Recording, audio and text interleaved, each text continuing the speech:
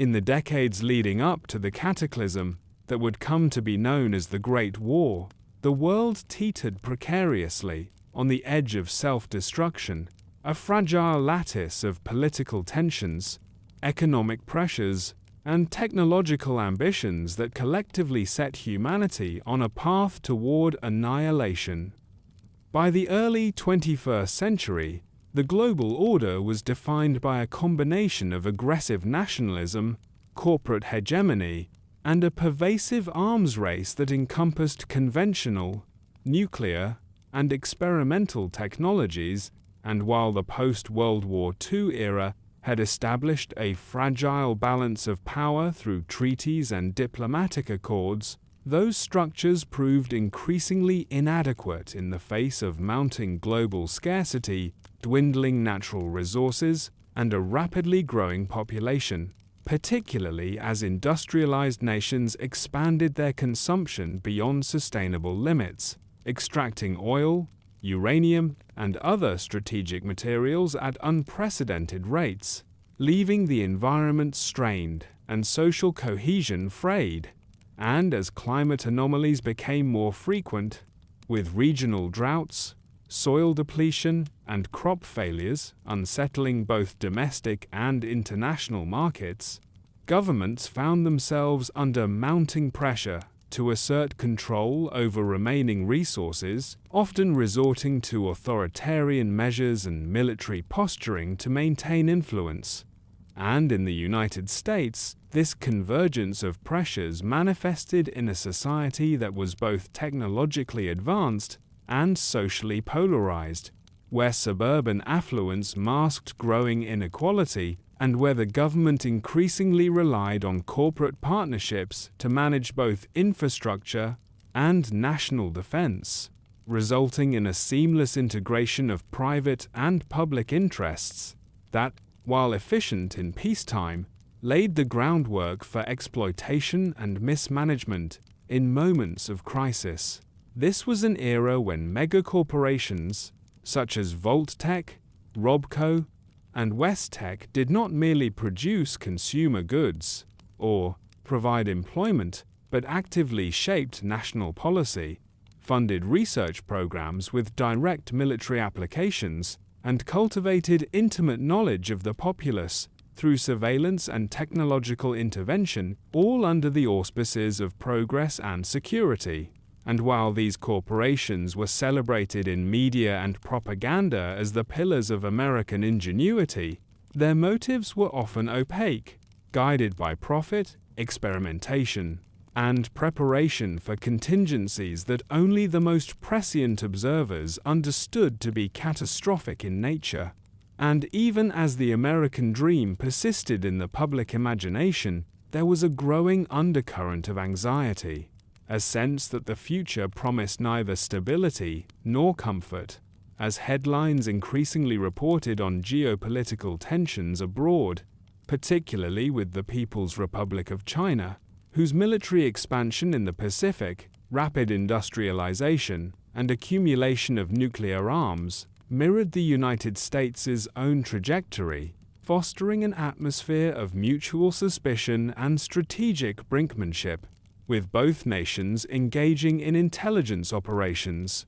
sabotage, and proxy conflicts that only heightened the sense that a direct confrontation was inevitable. And these tensions were compounded by regional conflicts elsewhere, including in Europe, the Middle East, and South America, where shifting alliances, insurgencies, and competition for dwindling energy supplies further destabilized the global order, demonstrating that the seeds of the apocalypse were not localized but systemic, entwined in the very mechanisms of industrial civilization, and that the world's survival depended on a level of cooperation that had become politically unpalatable in an age dominated by national pride, corporate interests, and the rhetoric of superiority. Domestically, American society was equally strained, as the post-war baby boom of the mid-20th century had given rise to a generation that matured during economic fluctuations, social upheaval, and an ever-present fear of nuclear conflict, resulting in a populace simultaneously conditioned to expect progress and trained to anticipate destruction, a duality mirrored in popular culture, education, and government messaging. And in the political arena, elected officials relied heavily on a combination of media control, propaganda, and public spectacle to maintain authority, often emphasizing technological prowess, military readiness,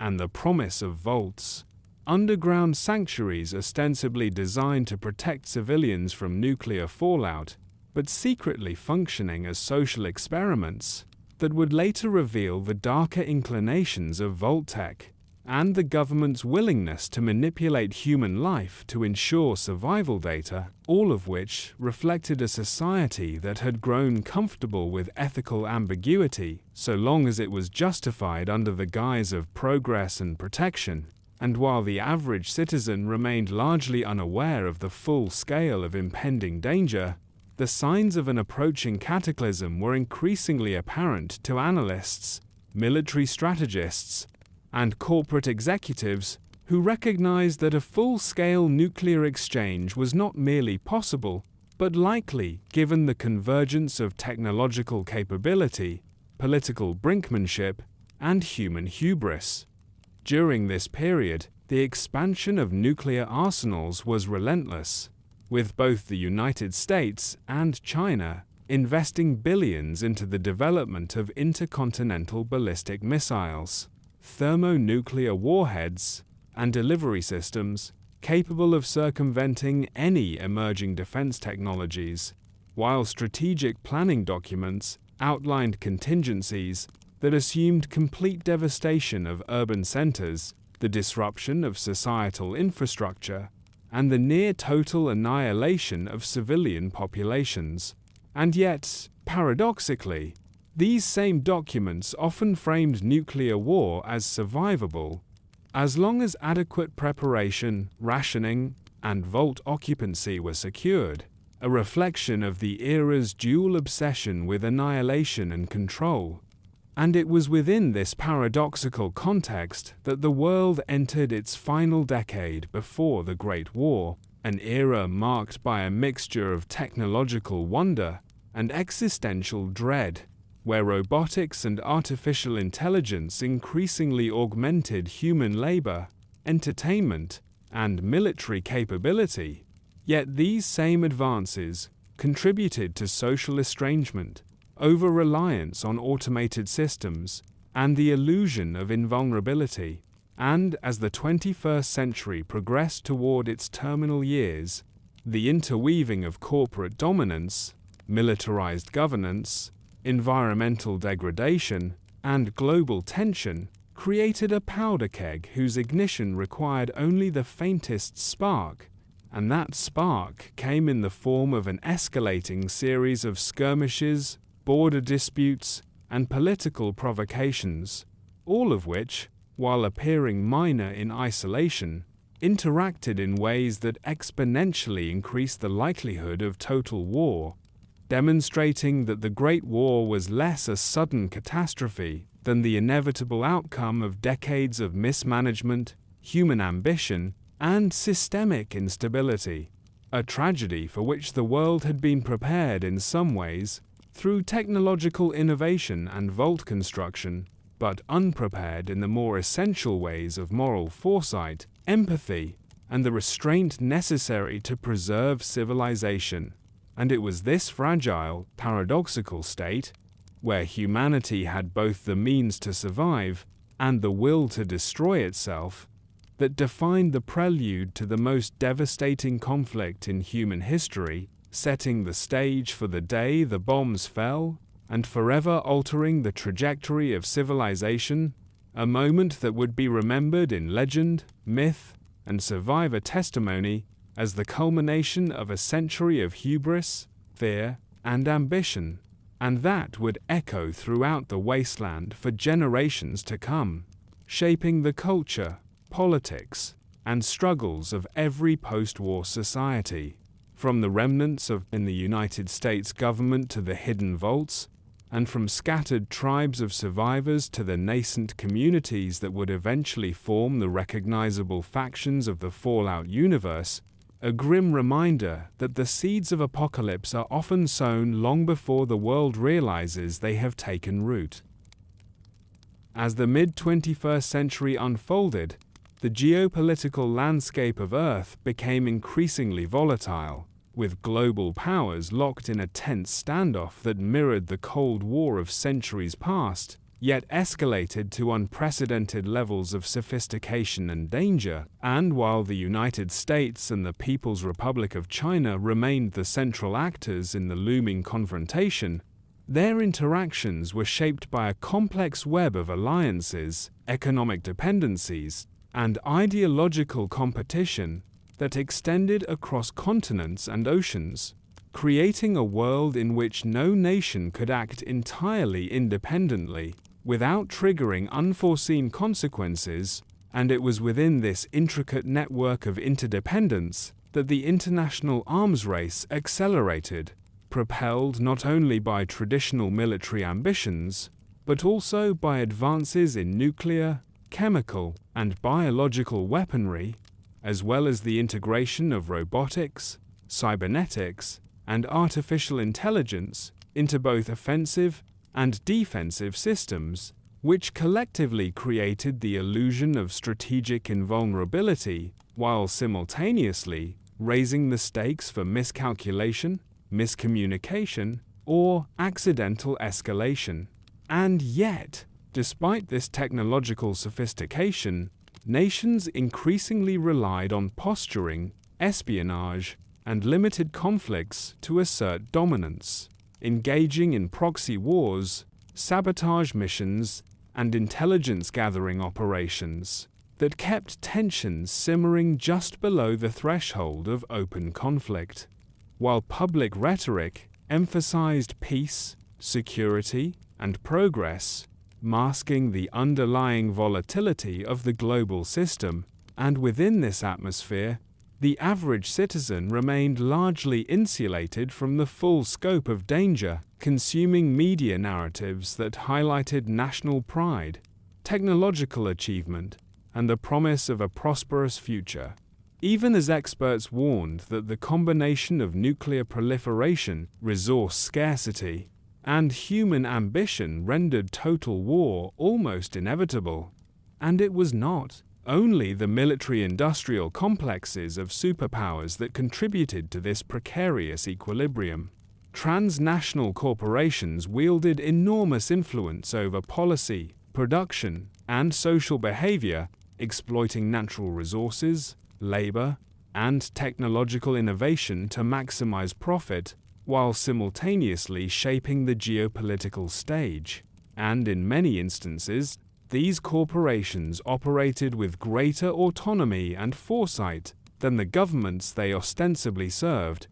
crafting strategic initiatives, securing patents on emerging technologies, and cultivating global markets in ways that both stabilized and destabilized international relations. And this duality was evident in the escalating competition for rare earth elements, fossil fuels, and uranium, where corporate interests intersected with national security concerns, creating flashpoints that could ignite conflict at any moment. And the economic foundations of nations themselves were under increasing strain as global population growth, resource depletion, and environmental degradation amplified social unrest, compelled migration, and strained urban infrastructure, while financial markets became increasingly interconnected, such that economic turbulence in one region could reverberate globally,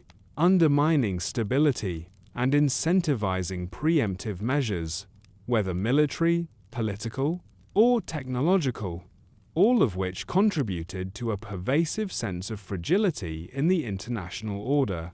And this fragility was mirrored in public consciousness, as fear of war, scarcity, and societal collapse permeated culture, media, and education, producing generations conditioned to expect both progress and catastrophe simultaneously. And in the United States, such anxieties were codified in government policy and corporate strategy, from the proliferation of Vault-Tec vaults as protective refuges and experimental sites to the constant reinforcement of civil defense initiatives, including evacuation drills, nuclear shelters, and propaganda emphasizing patriotism, resilience, and preparedness, all designed to instill a sense of security even as the nation's political and economic structures were stretched to the breaking point. And while the Soviet Union of the Old World had long since fractured, other regional powers, particularly China, India, and various European coalitions, filled the resulting vacuum with strategic maneuvering, modernized military technology, and calculated expansion,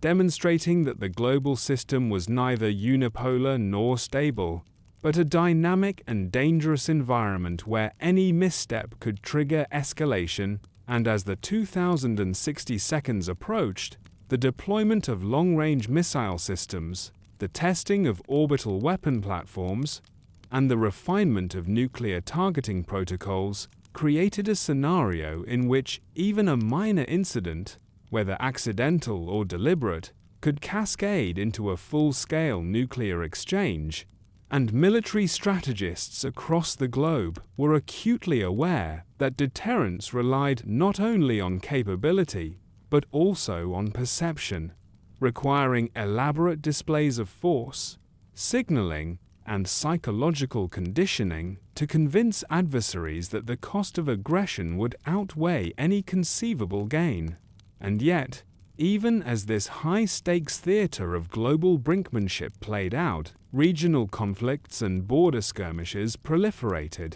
fueled by disputes over territory, water rights, energy access, and ideological influence, and these smaller confrontations served both as testing grounds for emerging technologies and as pressure valves for systemic tensions, while simultaneously increasing the risk of miscalculation and accidental escalation. And in the midst of this precarious balance, intelligence agencies and military planners continuously updated wargames, contingency scenarios, and survival strategies, modeling not only the immediate effects of nuclear strikes, but also the long-term consequences of radioactive fallout, ecological collapse,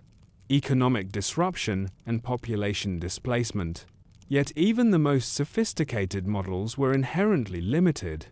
as they could not fully account for human unpredictability, technological failure, or the cascade of social and environmental consequences that would follow a global nuclear exchange. And the reality of this limitation was starkly illustrated in both classified and leaked reports, which detailed the vulnerability of urban centers,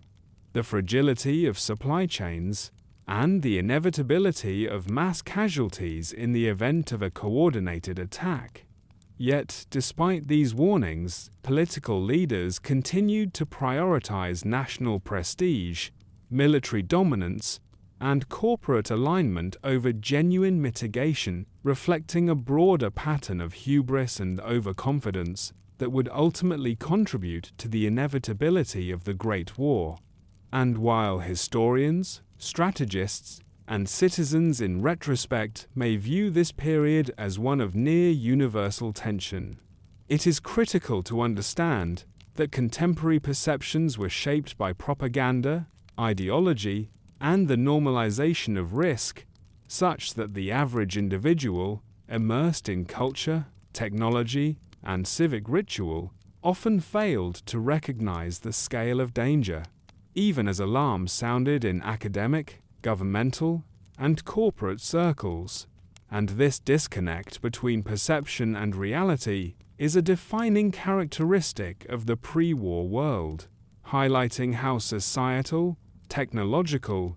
and political systems can simultaneously exhibit remarkable advancement and profound vulnerability, a paradox that underpinned the era, and as these dynamics intensified, the world became increasingly characterized by a state of latent war, in which diplomacy, espionage, and negotiation existed alongside preparation for total annihilation, and while formal treaties and international bodies attempted to maintain order, their influence was limited by national self-interest, corporate pressure, and the inexorable march of technology, ultimately creating a global environment in which the tools of peace were eclipsed by the mechanisms of destruction, and as such, the stage was set for the Great War, not merely as a historical inevitability, but as the cumulative expression of decades of tension, ambition,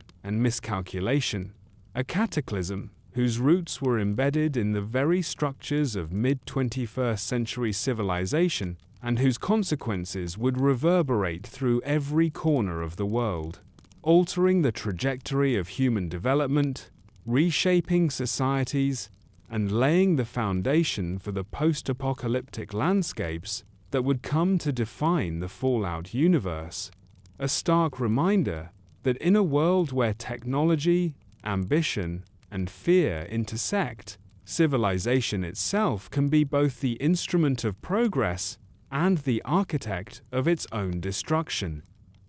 In the decades preceding the cataclysm of the Great War, the United States of America presented a complex tableau of technological advancement, societal fragmentation, and political paradox, embodying both the aspirations of progress and the vulnerabilities of hubris, as the nation's vast landscapes, industrial capacity, and scientific ingenuity were increasingly leveraged, not only to enhance domestic life, but also to assert global influence in a world teetering on the edge of annihilation. And while the cultural narrative of the era celebrated prosperity, consumerism, and technological marvels, from the widespread adoption of robotics in industry and service sectors, to the proliferation of personal computing and communication devices, the reality beneath this veneer was characterized by mounting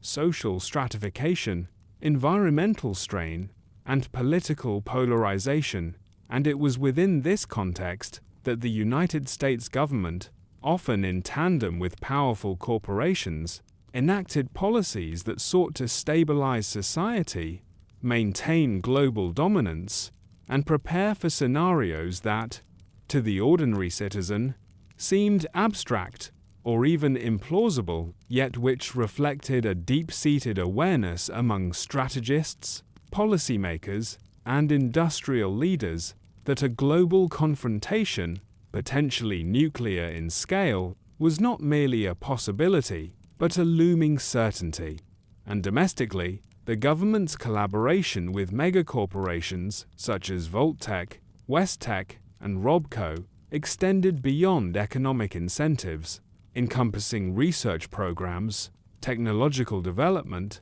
and social experimentation, as these entities designed and implemented projects that intertwined survival, scientific curiosity, and control, exemplified by the creation of vaults, ostensibly underground shelters for civilian protection, but, in practice, sites for behavioral, medical, and genetic experimentation, whose results would later illuminate both the ambitions and moral compromises of pre-war American society. And this interplay of protection and manipulation mirrored the broader governmental strategy, which emphasized civil defense programs, propaganda campaigns, and the systematic reinforcement of patriotism and civic duty, creating a populace conditioned to accept both technological marvels and subtle coercion as the natural order, all while external threats loomed in the form of geopolitical tension with the People's Republic of China,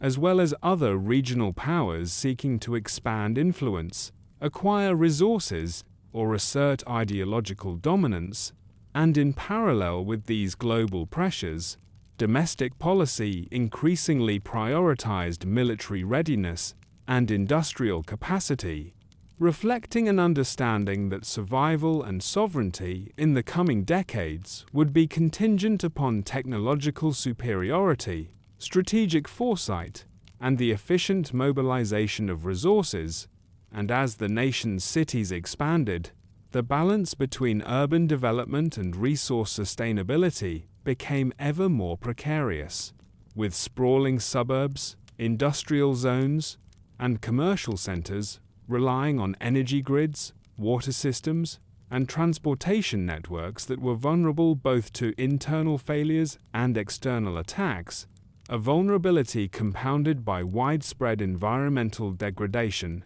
including soil depletion, water pollution, and atmospheric contamination, which served as both a symptom and a catalyst of systemic instability. And these stresses were mirrored in the economy, where rapid technological advancement, corporate consolidation, and globalization created unprecedented wealth for some, while leaving vast segments of the population economically marginalized, and the resulting social stratification fueled unrest, protests, and political debate, further challenging the government's ability to maintain cohesion, even as it invested heavily in defense, civil infrastructure, and corporate partnerships. And in the realm of culture, these tensions manifested in a society simultaneously enamored with progress and acutely aware of the fragility of that progress, as films, literature, and educational materials increasingly reflected themes of catastrophe, survival, and technological overreach, embedding in the public consciousness a duality of optimism and fatalism that would later characterize post-war survivors' recollections. And yet, for all the technological marvels and strategic initiatives, American society of the pre-war era was marked by contradictions that exemplified the fragility of human systems. A nation boasting the world's most advanced nuclear arsenal could simultaneously face shortages of critical resources. A society capable of designing autonomous robots could fail to adequately protect its population from environmental degradation, and a government professing concern for citizen welfare could secretly sanction projects that treated human life as a variable in experimental design, all of which created an environment in which civilization's apparent strength was inseparable from its latent vulnerability. And it was this paradox that defined the nation's readiness for the events that would culminate in 2077, as the very tools that promised security, vaults, nuclear stockpiles, automated defense systems, and advanced communications were inseparable from the mechanisms that would enable destruction on an unprecedented scale. And in examining the political framework of the era, it is evident that elected officials, often influenced by corporate interests and the imperatives of national defense, pursued policies that emphasized technological superiority, militarization, and global influence, while simultaneously cultivating a sense of domestic normalcy and prosperity, a delicate balancing act that masked the severity of impending crises, even as strategic planners anticipated the breakdown of conventional order. And this duality was further reinforced by the media, which celebrated technological innovation, national pride, and consumer culture, while downplaying the gravity of resource shortages, social unrest, and global tension, resulting in a populace confident in the nation's trajectory, yet unaware of the precise scale of danger. And as the United States entered the final decades before the Great War, its society was characterized by a relentless drive toward efficiency, control, and dominance, reflected in both corporate and governmental priorities, from the expansion of automated manufacturing to the codification of civil defense protocols. and this drive was mirrored in the proliferation of the Volt program, which, while publicly framed as a benevolent initiative to protect citizens from nuclear fallout, in reality represented a comprehensive social experiment designed to collect data on human behavior, survival strategies, and the psychological consequences of prolonged isolation.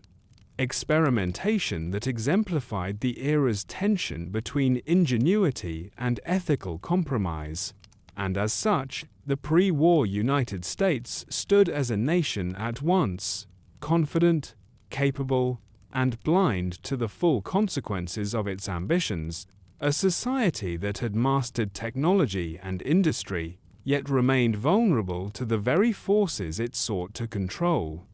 And, in reflecting on this period, historians and analysts recognize that the conditions within the United States, its integration of corporate power, technological advancement, militarization, and social conditioning, served as both preparation for survival and a testament to the hubris that would ultimately contribute to the nation's near-total devastation, and that this paradox, the simultaneous capacity for protection and destruction, optimism and fatalism, advancement and fragility,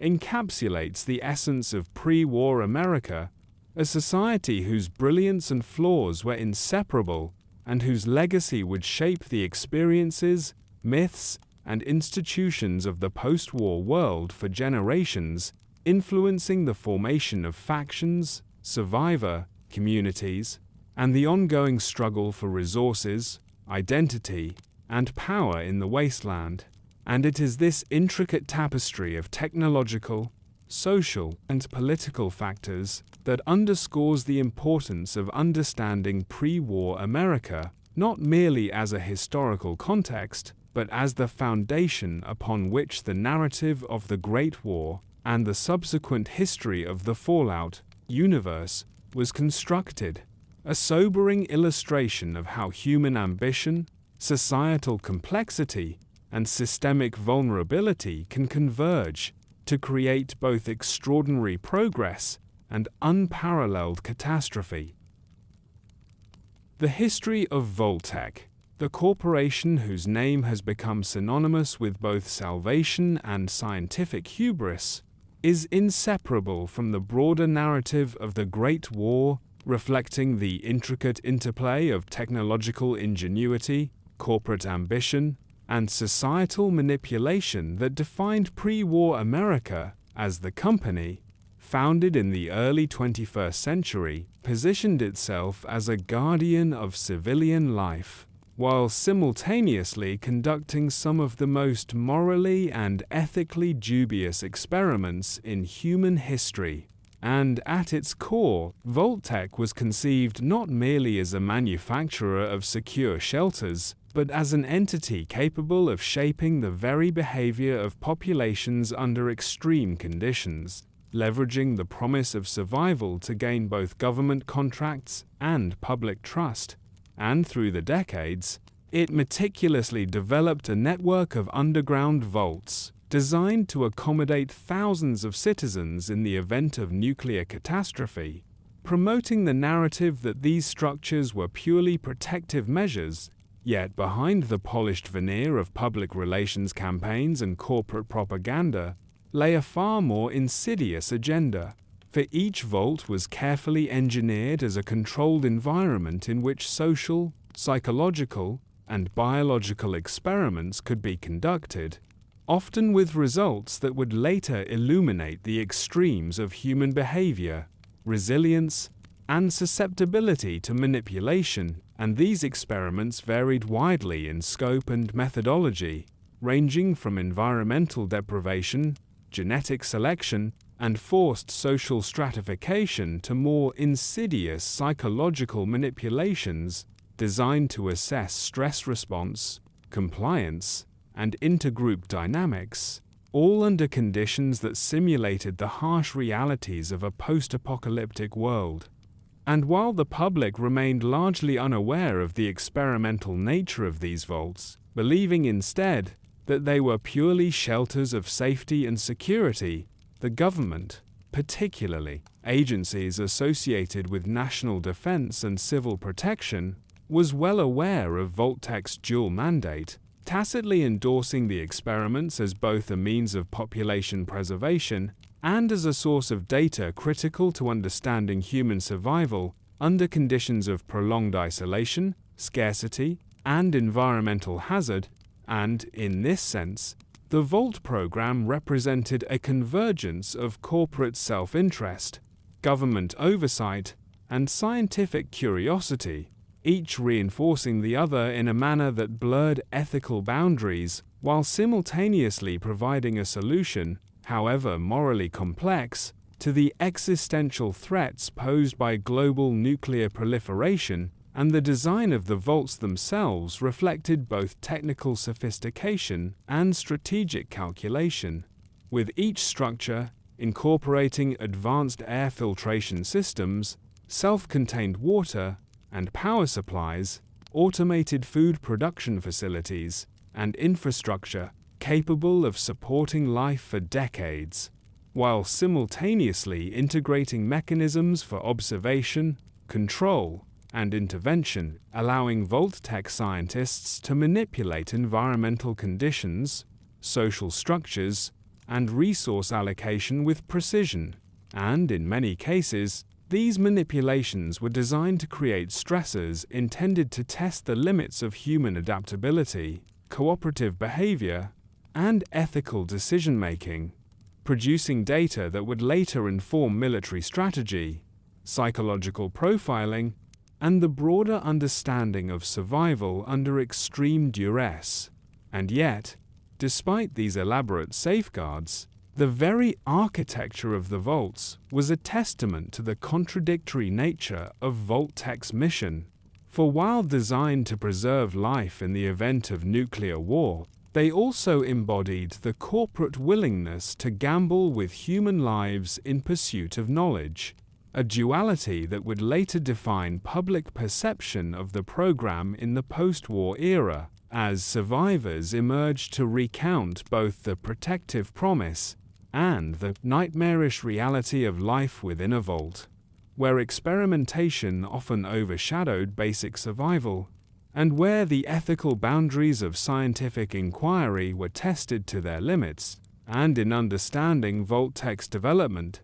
it is critical to recognize the historical and political context of its operations, for the corporation's growth was facilitated by the broader militarization of American society, the alignment of corporate and governmental priorities, and the pervasive anxiety over nuclear confrontation, all of which provided both justification and opportunity for extensive experimentation. And as the Great War approached, Vault-Tec had established not only an extensive network of physical shelters, but also a reputation for technological excellence, strategic foresight, and the promise of security that allowed it to operate with minimal public scrutiny, thereby embedding its influence deeply into the societal and governmental fabric of pre-war America, and this influence extended beyond mere construction, as Vault-Tec's social engineers and behavioral scientists designed protocols for education,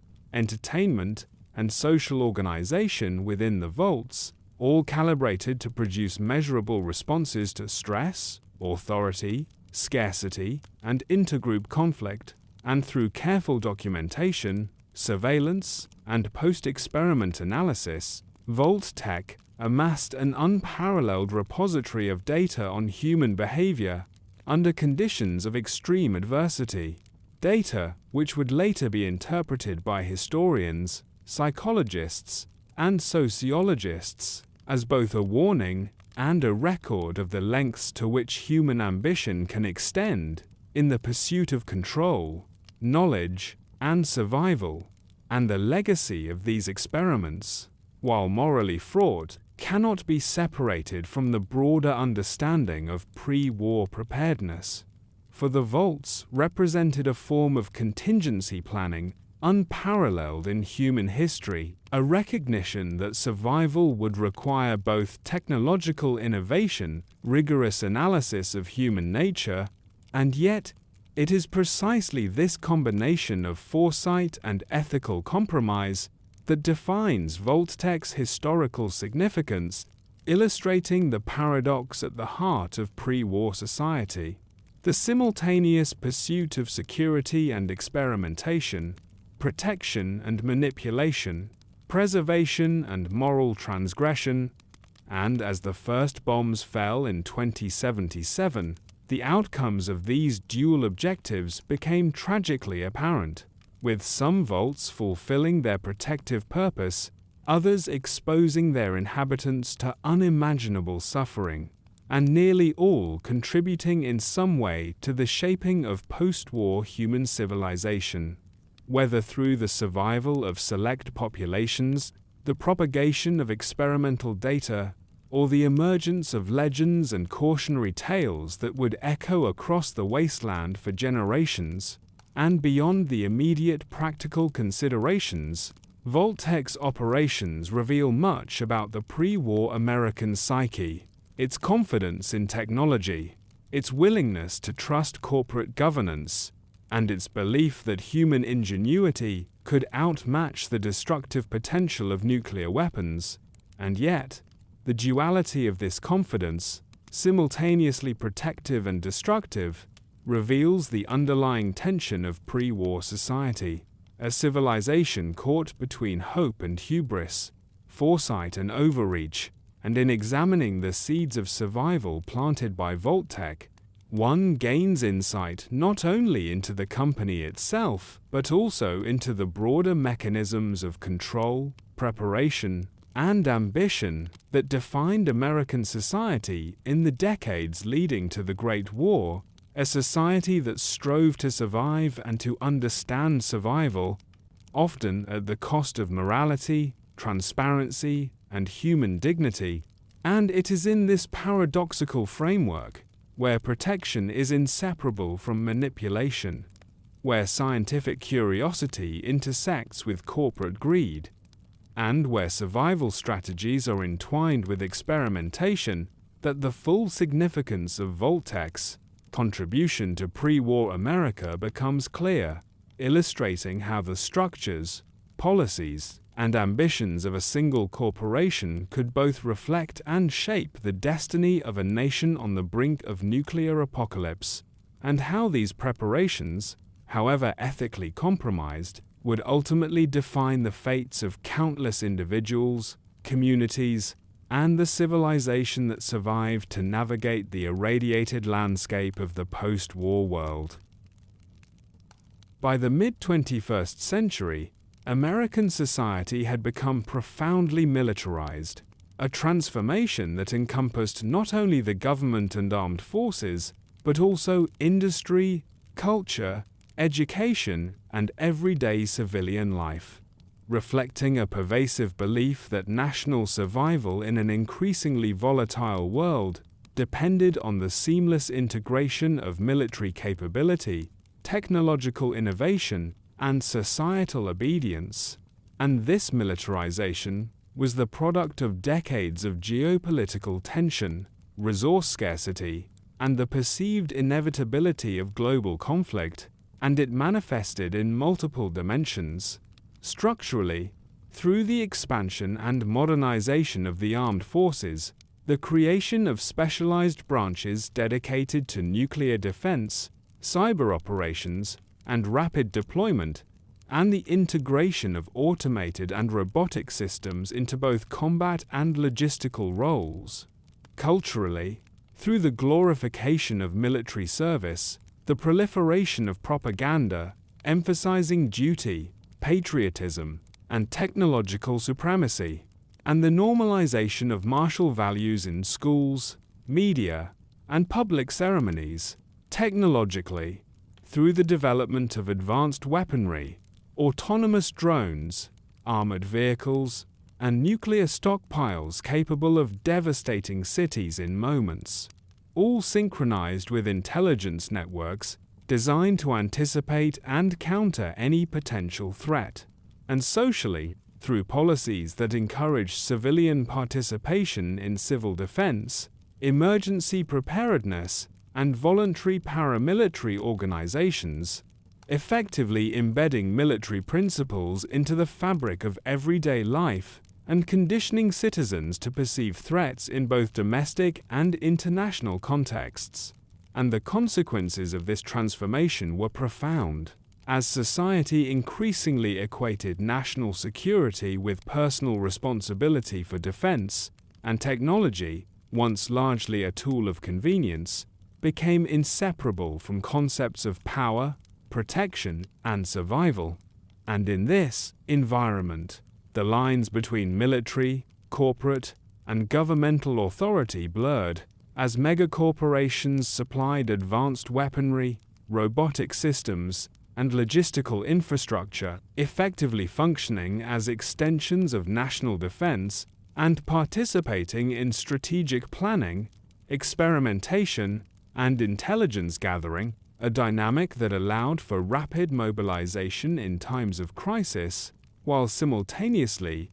concentrating immense power in entities whose priorities were not always aligned with public welfare, and as a result, citizens were both protected and manipulated, reliant on corporate and government systems that promised security but operated according to logic that often prioritized efficiency, experimentation, and control over individual autonomy. And in this context, civil defense programs became ubiquitous, encompassing neighborhood drills, public service campaigns, and mandatory educational modules that instilled knowledge of fallout procedures, rationing, evacuation protocols, and emergency communication. And while these programs were framed as life-preserving measures,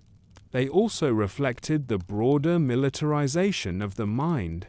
conditioning citizens to accept hierarchical authority, obedience, and compliance as essential to survival. And this cultural shift was further reinforced through media, entertainment, and civic ritual, which celebrated heroic military exploits, technological triumphs, and the promise of American resilience, while often omitting or downplaying the moral complexities, social costs, and psychological consequences of a society perpetually prepared for total war. And beyond the civilian sphere, the armed forces themselves underwent significant transformation, embracing not only technological sophistication, but also ideological conditioning, rigorous training regimens, and experimental approaches to leadership, morale, and group cohesion,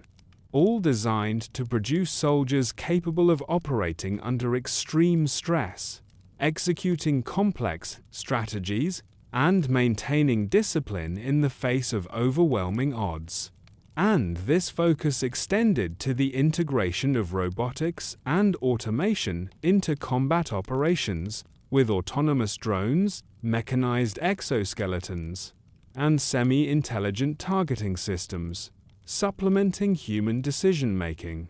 a trend that both enhanced effectiveness and introduced new vulnerabilities, as reliance on technology created potential points of failure, while simultaneously reflecting society's confidence in mechanized solutions to human problems, and at the same time, domestic policing, intelligence, and emergency services increasingly mirrored military structures, adopting hierarchical command, advanced surveillance techniques, and rapid response capabilities, effectively creating a society in which militarized logic permeated both civic and private spheres, and this permeation was neither accidental nor subtle, as government messaging and corporate initiatives emphasized the necessity of constant vigilance, preparedness, and technical proficiency, fostering a national identity in which martial capability,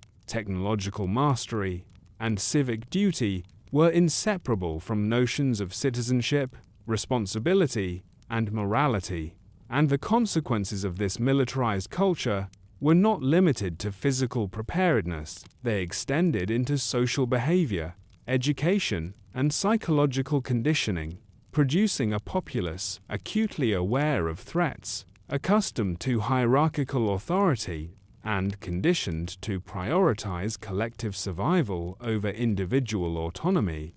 And yet, this same structure of militarization, while promoting cohesion and readiness, also amplified the potential for systemic failure, as over-reliance on technological solutions, centralized planning, and obedience-based culture introduced vulnerabilities, including susceptibility to miscommunication, cascading errors, and the amplification of minor incidents into large-scale crises, a paradox that would become tragically apparent in the unfolding of the Great War. And it is within this duality, the simultaneous capability for defense and potential for disaster, that the significance of societal militarization becomes evident, illustrating how a culture steeped in preparation and technological mastery can inadvertently create conditions for catastrophic failure.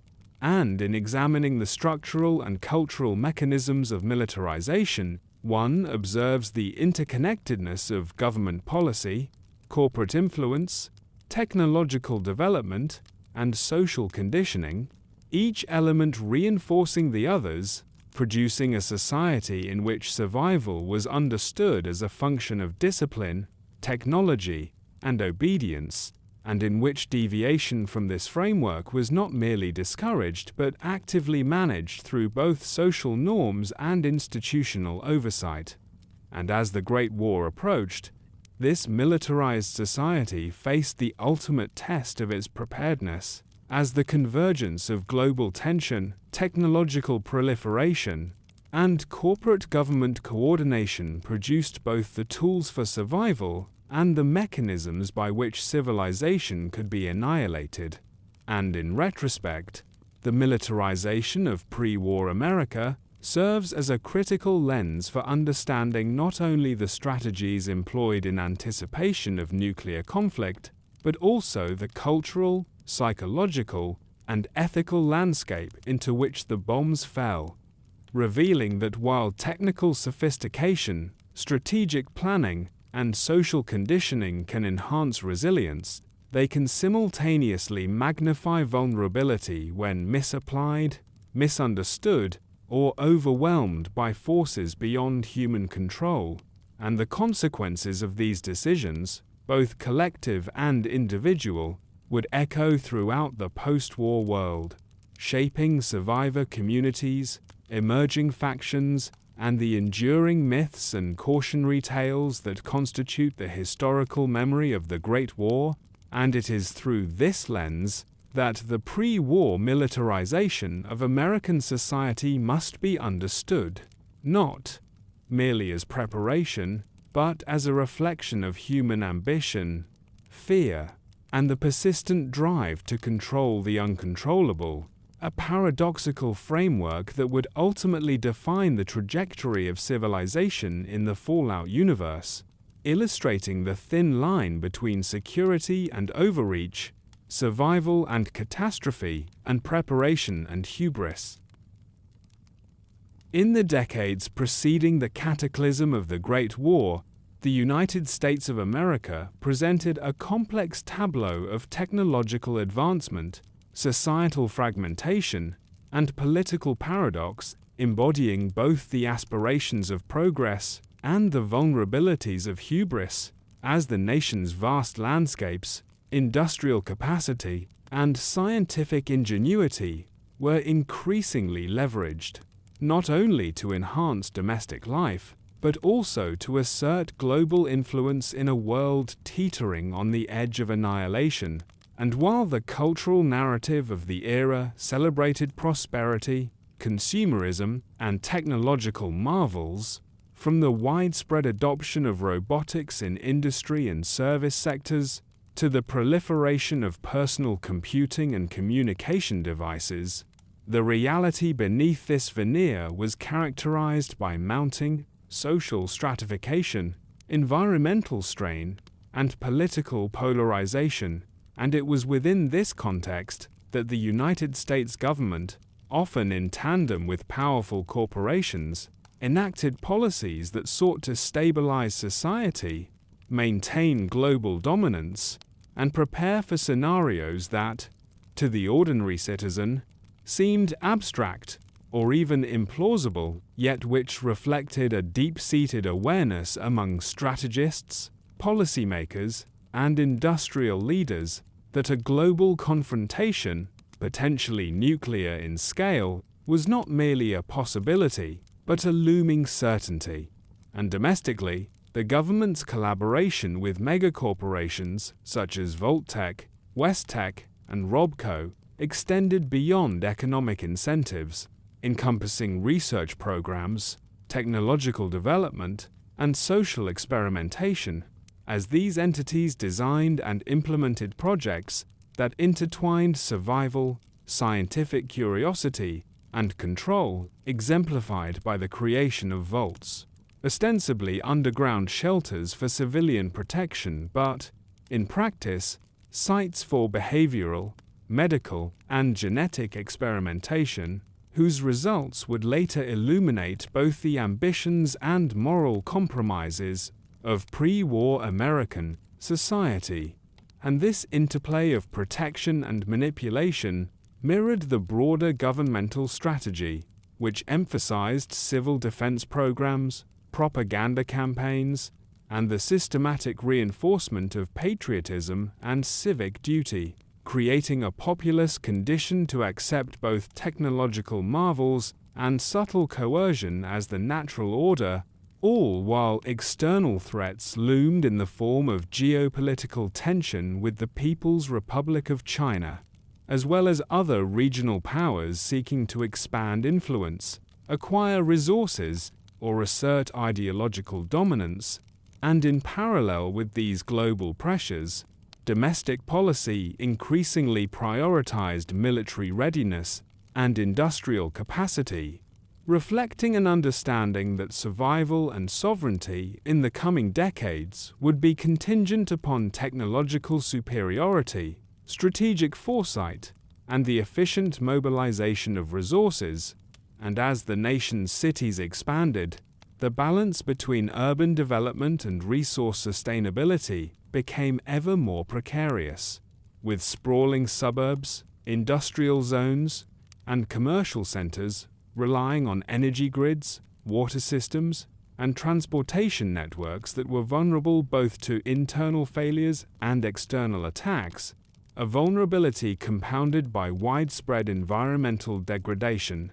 including soil depletion, water pollution, and atmospheric contamination, which served as both a symptom and a catalyst of systemic instability. And these stresses were mirrored in the economy, where rapid technological advancement, corporate consolidation, and globalization created unprecedented wealth for some, while leaving vast segments of the population economically marginalized, and the resulting social stratification fueled unrest, protests, and political debate, further challenging the government's ability to maintain cohesion, even as it invested heavily in defense, civil infrastructure, and corporate partnerships. And in the realm of culture, these tensions manifested in a society simultaneously enamored with progress and acutely aware of the fragility of that progress, as films, literature, and educational materials increasingly reflected themes of catastrophe,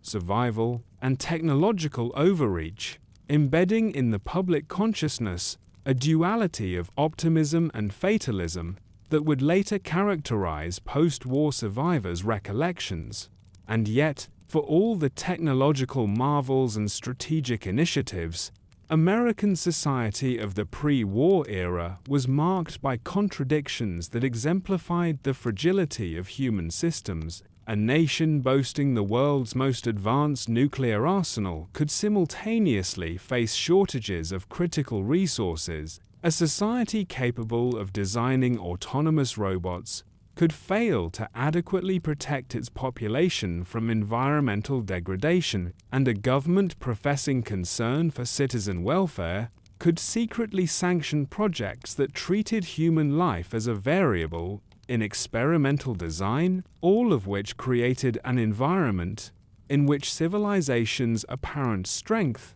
was inseparable from its latent vulnerability. And it was this paradox that defined the nation's readiness for the events that would culminate in 2077. As the very tools that promised security, vaults, nuclear stockpiles, automated defense systems, and advanced communications were inseparable from the mechanisms that would enable destruction on an unprecedented scale. And in examining the political framework of the era, it is evident that elected officials, often influenced by corporate interests and the imperatives of national defense, pursued policies that emphasized technological superiority, militarization, and global influence, while simultaneously cultivating a sense of domestic normalcy and prosperity, a delicate balancing act that masked the severity of impending crises, even as strategic planners anticipated the breakdown of conventional order. And this duality was further reinforced by the media, which celebrated technological innovation, national pride, and consumer culture, while downplaying the gravity of resource shortages, social unrest, and global tension, resulting in a populace confident in the nation's trajectory, yet unaware of the precise scale of danger. And as the United States entered the final decades before the Great War, its society was characterized by a relentless drive toward efficiency, control, and dominance, reflected in both corporate and governmental priorities, from the expansion of automated manufacturing to the codification of civil defense protocols. And this drive was mirrored in the proliferation of the VOLT program, which, while publicly framed as a benevolent initiative to protect citizens from nuclear fallout, in reality represented a comprehensive social experiment designed to collect data on human behavior, survival strategies, and the psychological consequences of prolonged isolation. Experimentation that exemplified the era's tension between ingenuity and ethical compromise. And as such, the pre-war United States stood as a nation at once confident, capable, and blind to the full consequences of its ambitions, a society that had mastered technology and industry, yet remained vulnerable to the very forces it sought to control. And, in reflecting on this period, historians and analysts recognize that the conditions within the United States, its integration of corporate power, technological advancement, militarization, and social conditioning, served as both preparation for survival and a testament to the hubris that would ultimately contribute to the nation's near-total devastation, and that this paradox, the simultaneous capacity for protection and destruction, optimism and fatalism, advancement and fragility, encapsulates the essence of pre-war America, a society whose brilliance and flaws were inseparable and whose legacy would shape the experiences, myths, and institutions of the post-war world for generations, influencing the formation of factions, survivor communities, and the ongoing struggle for resources, identity, and power in the wasteland. And it is this intricate tapestry of technological, social, and political factors that underscores the importance of understanding pre-war America, not merely as a historical context, but as the foundation upon which the narrative of the Great War and the subsequent history of the Fallout universe was constructed, a sobering illustration of how human ambition, societal complexity, and systemic vulnerability can converge to create both extraordinary progress and unparalleled catastrophe. In the years leading up to the Great War, the United States, alongside much of the industrialized world, experienced a profound economic destabilization that both reflected and amplified the broader geopolitical and social crises of the era. As decades of unchecked technological expansion, resource depletion, and corporate consolidation, combined with environmental degradation, population growth, and global competition to produce conditions in which the structures of commerce, labor, and governance were increasingly strained beyond sustainable limits. And while the public narrative of prosperity, innovation, and progress dominated media and political discourse, the underlying reality was marked by systemic fragility, widening economic inequality, and social dislocation, creating a society simultaneously confident in its technological prowess and acutely vulnerable to sudden shocks. And the mechanisms of collapse were multifaceted, encompassing energy shortages, industrial overextension, supply chain failures, financial volatility, and the increasing concentration of wealth and decision-making power in the hands of megacorporations, which, though often aligned with national interests, operated according to imperatives of profit and efficiency rather than broad societal welfare. And this concentration of power created both resilience and risk, as large-scale corporate infrastructure and technological innovation enabled rapid production, resource distribution, and defense preparation, yet simultaneously created systemic dependencies that rendered society extraordinarily vulnerable to disruption, sabotage, or miscalculation. And as the United States pursued increasingly aggressive strategies of militarization and industrialization, the nation's domestic economy became deeply entangled with its preparation for global conflict, integrating defense contractors, technological firms, and agricultural conglomerates into a unified war economy, a system that sustained national readiness but also amplified economic inequality and social tension, as workers in key sectors benefited from industrial expansion, while others, particularly in rural areas and marginalized urban communities, faced stagnating wages, job insecurity, and declining access to basic resources. And these disparities were exacerbated by environmental factors, including widespread soil depletion,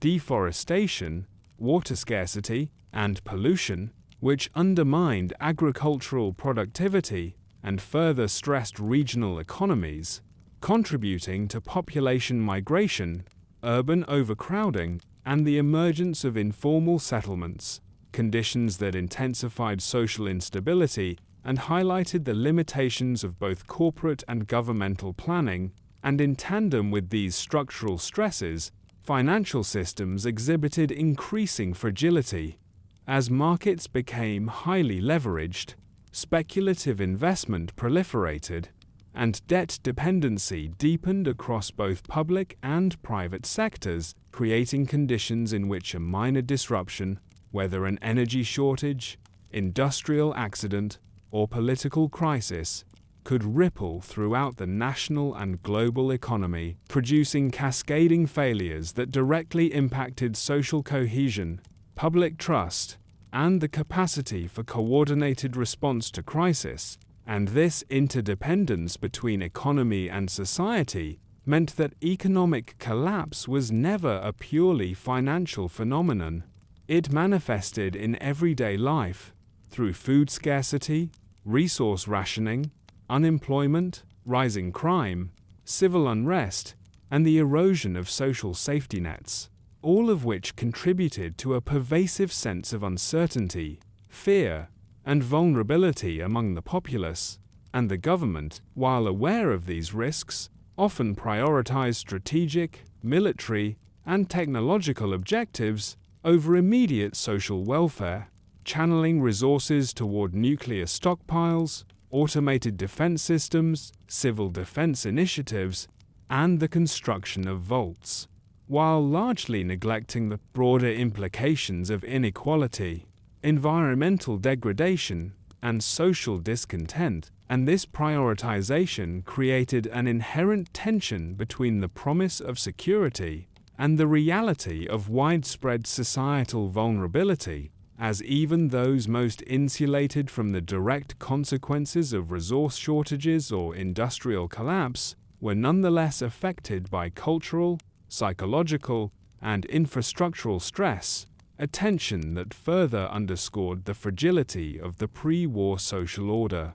And as economic stress intensified, patterns of social decay became increasingly visible, with rising rates of crime, civil disturbance, gang formation, and public disillusionment serving as both symptoms and amplifiers of systemic instability. And these patterns were often concentrated in urban centers where dense populations, resource scarcity, and industrial concentration created environments ripe for conflict, corruption, and unrest. And yet, despite these visible signs of decay, public discourse remained largely optimistic, fueled by propaganda, media messaging, and civic ritual that emphasized resilience, ingenuity, and progress, a cognitive dissonance that allowed society to maintain a semblance of normalcy even as structural foundations weakened.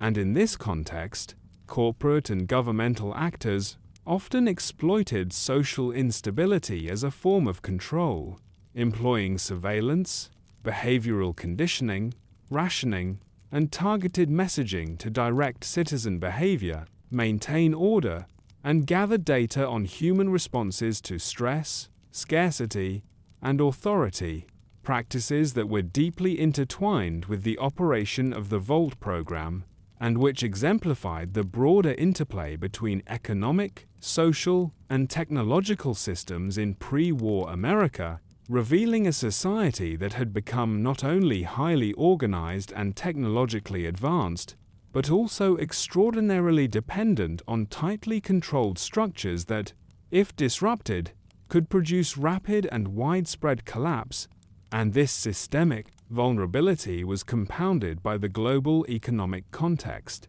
as international trade, energy dependency, and diplomatic relations became increasingly volatile, leaving nations exposed to external shocks, market fluctuations, and resource competition, while the proliferation of nuclear arsenals and strategic posturing ensured that economic failure could not be isolated from geopolitical consequences,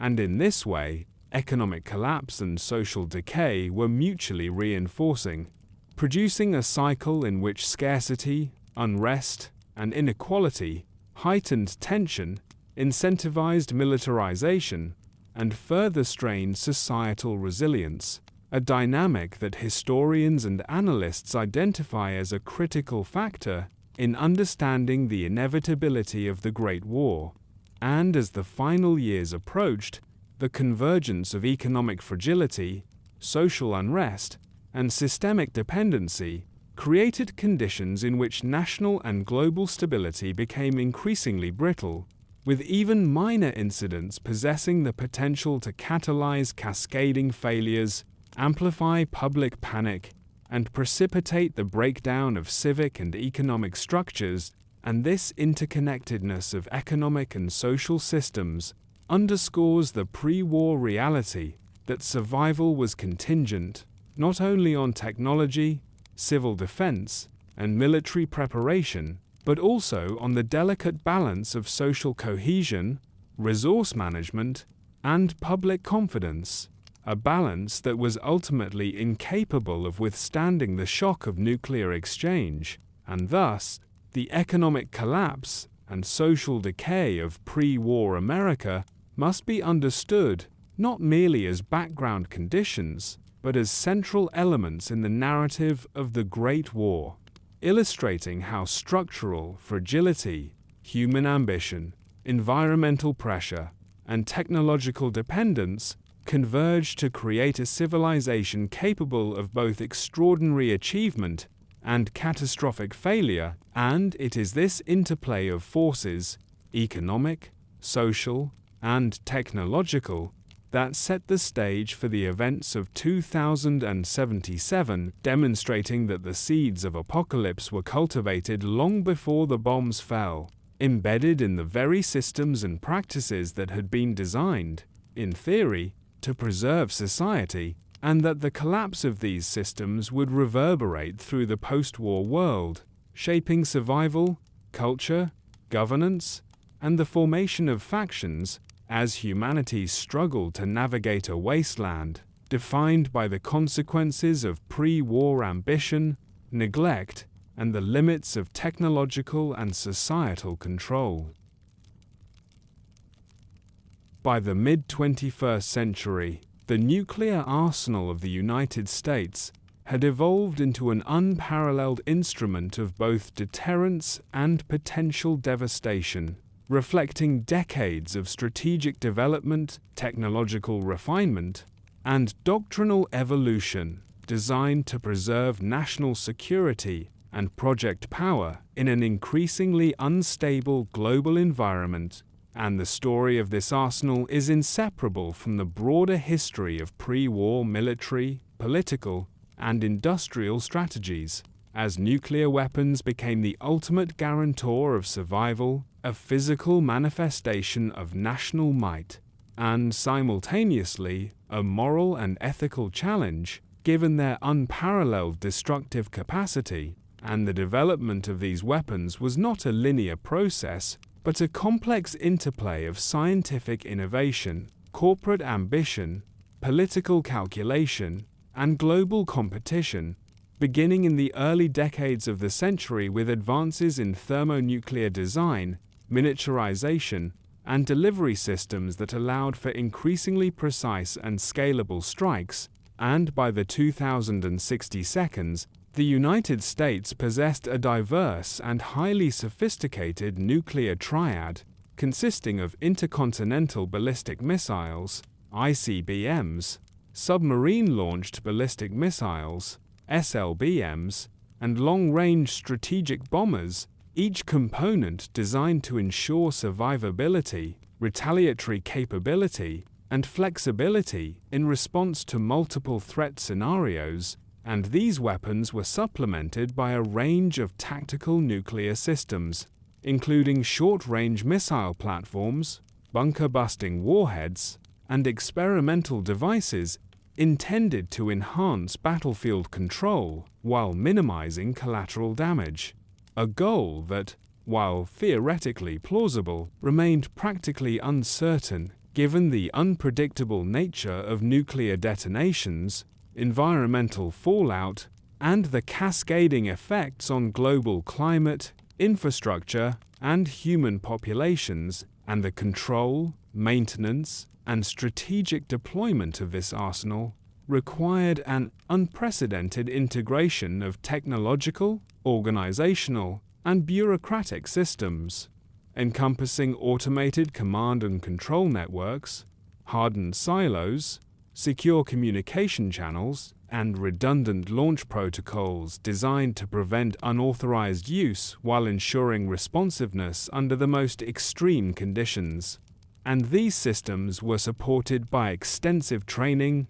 war games, simulations, and strategic planning exercises that sought to anticipate adversary actions, environmental contingencies, and human error, reflecting a recognition that the efficacy of nuclear deterrence depended as much on perception, credibility, and psychological conditioning as on raw destructive capability, and the administration of this arsenal was inextricably tied to the military-industrial complex, with megacorporations such as Westech and Robco providing research, production, and technical oversight, ensuring that weapons systems remained at the cutting edge of science while embedding corporate interests directly within national defense strategy. And this relationship produced both remarkable technological achievements and profound ethical dilemmas. as the pursuit of survivability and strategic advantage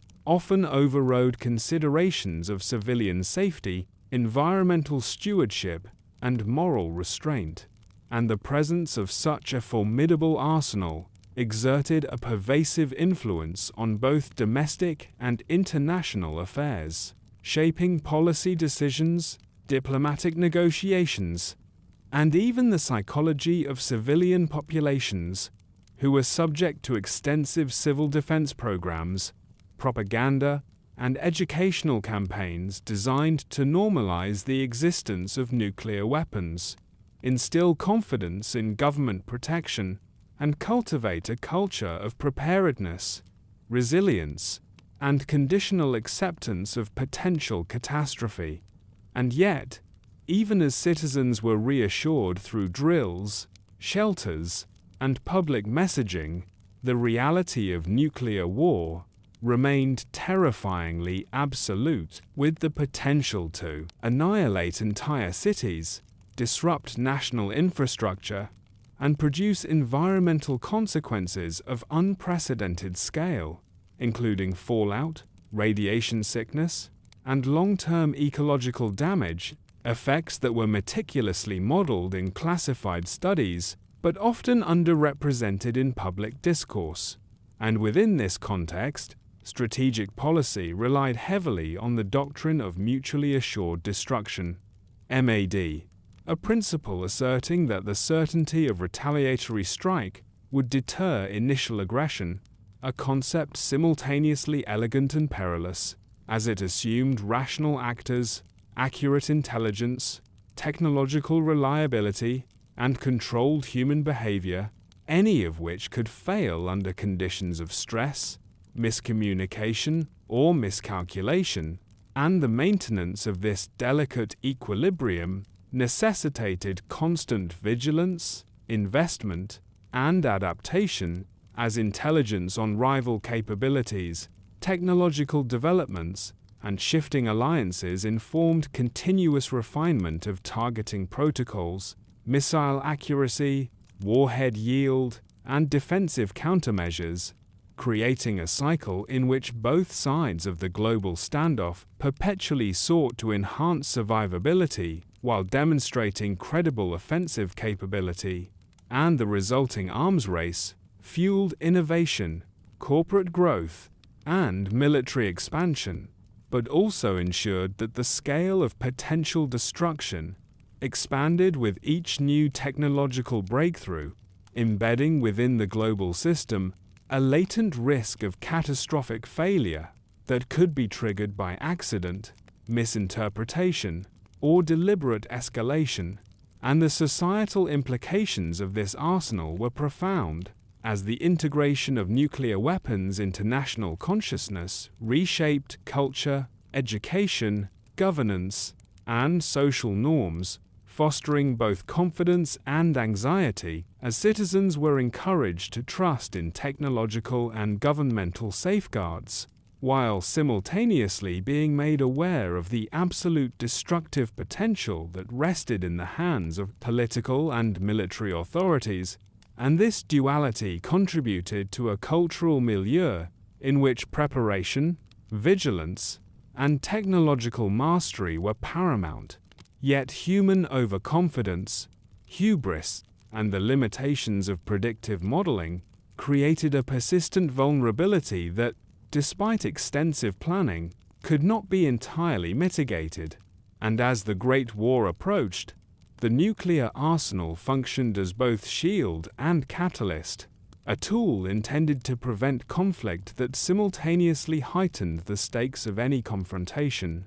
ensuring that escalation, once initiated, would be both swift and devastating. And in examining the pre-war nuclear program, it is clear that the arsenal was more than a collection of weapons. It was an entire social, technological, and political ecosystem, encompassing research laboratories, corporate partnerships, military hierarchies, command and control networks, public education, and civil defense, all of which interacted to shape the behavior, perception, and preparedness of both leaders and citizens. And this systemic complexity both enhanced resilience and magnified risk, as failure at any point, technical, human, or structural, could propagate rapidly, triggering consequences far beyond initial expectations. And it is this duality, the simultaneous capacity for deterrence and destruction, security and catastrophe, that defines the role of the nuclear arsenal in the prelude to the Great War, illustrating how technological mastery, strategic foresight, and societal organization can paradoxically coexist with vulnerability, moral ambiguity, and the potential for total annihilation. And as the bombs fell in 2077, the arsenal that had been cultivated over decades fulfilled both its intended purpose and its unintended consequence, reshaping the global landscape, redefining survival, and establishing the post-apocalyptic world that would serve as the enduring setting of the Fallout universe, a stark reminder that in a civilization defined by technological ambition, strategic planning, and global competition, the very instruments designed to prevent war can, under the weight of human error, ambition, and miscalculation, become the instruments of ultimate destruction. The Great War erupted in a sequence of events that, though abrupt and cataclysmic to the general population, had been anticipated by governments, military planners, and intelligence agencies for years, as decades of escalating tensions, technological proliferation, and geopolitical brinkmanship culminated in a coordinated series of strikes that would ultimately annihilate the majority of global civilization within hours. And while the precise motivations and triggers remain partially obscured by conflicting accounts and classified documentation, it is widely understood that the United States and the People's Republic of China, both possessing enormous nuclear stockpiles and advanced delivery systems, initiated the first wave of attacks within a tightly choreographed timeframe, targeting each other's military, industrial, and population centers in an effort to cripple the adversary's retaliatory capabilities. And the initial strikes unfolded with devastating efficiency as intercontinental ballistic missiles, submarine-launched nuclear warheads, and long-range strategic bombers simultaneously converged on pre-designated targets, including major urban hubs, military command installations, and key infrastructure nodes, producing immediate and catastrophic loss of life, while simultaneously disabling communication, transportation, and emergency response systems across both nations. And the speed and coordination of the attacks left little room for negotiation, evacuation, or mitigation, as cities were engulfed in fireballs and shockwaves, radiation levels spiked to lethal thresholds within minutes, and the population, conditioned to perform civil defense drills, found itself utterly unprepared for the scale, intensity, and simultaneity of destruction. And outside the U.S. China theater, secondary conflicts in Europe, the Middle East, and Asia rapidly escalated as smaller nuclear-capable states, regional powers, and aligned factions launched retaliatory or preemptive strikes, either in solidarity, survival instinct, or strategic calculation, expanding the scope of devastation far beyond the original belligerents. And within hours, the global nuclear exchange had triggered a chain reaction of destruction, with major cities incinerated, industrial centers obliterated, energy and water infrastructure annihilated, and millions of civilians exposed to lethal doses of radiation, producing a level of immediate mortality unprecedented in human history, while survivors faced the combined effects of heat, blast, firestorms, and radioactive fallout, with the environment itself becoming an enemy as toxic clouds and irradiated dust spread across continents, altering weather patterns and contaminating food and water supplies. And despite the scale of the catastrophe, military command structures attempted to continue operational control through hardened silos, secure bunkers, and redundant communication networks. Yet even these measures could not prevent the systemic collapse of coordination, as the sheer speed, scale, and simultaneity of nuclear detonations overwhelmed both human and automated systems, producing failures in targeting, missile guidance, and strategic decision-making, and in many cases, secondary explosions and accidents within military and industrial facilities compounded the effects of the initial strikes, spreading further destruction and mortality beyond the intended targets. And as the first hours of the Great War progressed, governments attempted to maintain order, issue directives, and communicate with civilian populations. But the collapse of infrastructure, mass casualties, and psychological trauma rendered these efforts largely symbolic, as fear, chaos, and desperation dominated human behavior, producing mass flight, panic, and in some cases, violent disorder, while the remaining organized military forces engaged in fragmented counterattacks, missile interceptions,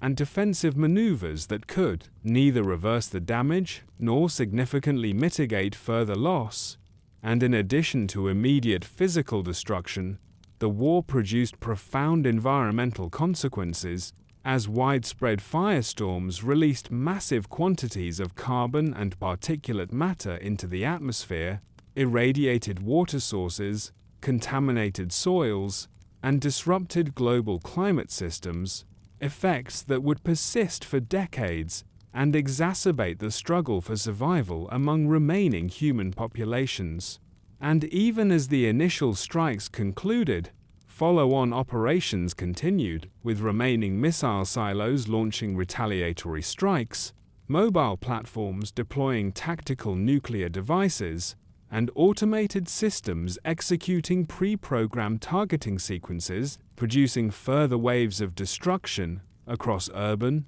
industrial, and agricultural centers, often hitting areas that had been lightly affected in the first wave, but now became uninhabitable due to residual radiation, fire, or infrastructure collapse. And the war's progression over the first day, often referred to in survivor accounts as the Long Flash, involved a near-simultaneous exchange of hundreds of nuclear warheads, coordinated strikes on strategic facilities, and secondary effects such as widespread electrical grid failures, transportation disruption, and the collapse of civil order, all of which ensured that the initial scope of devastation extended far beyond the primary combatants, creating a global environment in which survival became immediately tenuous. And across North America, key population centers, including Washington, D.C., New York,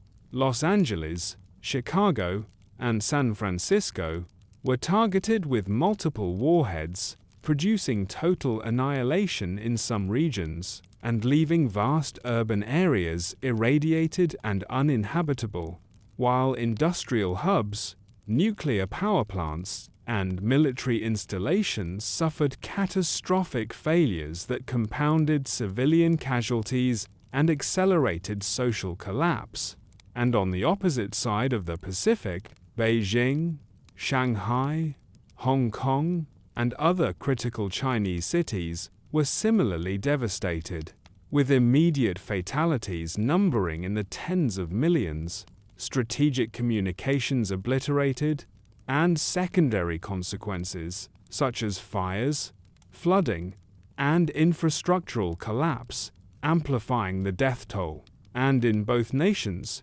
critical military assets, including ICBM silos, strategic bombers, and naval vessels, were destroyed, disabled, or neutralized. effectively eliminating the capacity for organized large-scale retaliation beyond the initial automated and pre-programmed sequences, and as hours turned to days, the global situation continued to deteriorate, as countries allied with the primary belligerents, including Russia, India, and various European coalitions, either engaged in secondary strikes, reinforced defensive postures, or faced unintended collateral damage from fallout plumes, leading to further mortality, economic collapse, and the collapse of international governance structures. And simultaneously, survivors recount a world in which the skies were darkened with smoke,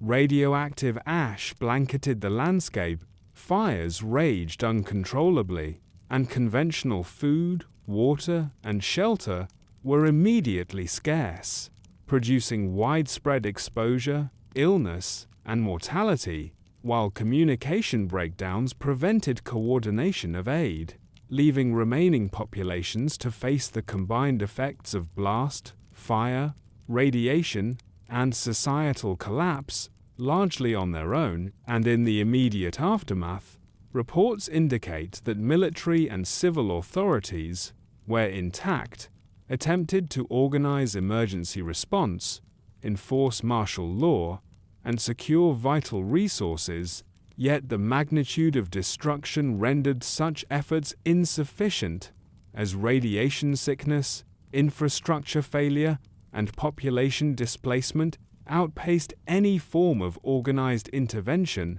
and the psychological effects of witnessing citywide annihilation, mass casualties, and the collapse of governance had an enduring impact, producing trauma, panic, and a sense of hopelessness that would influence survivor behavior and the formation of post-war communities for decades to come.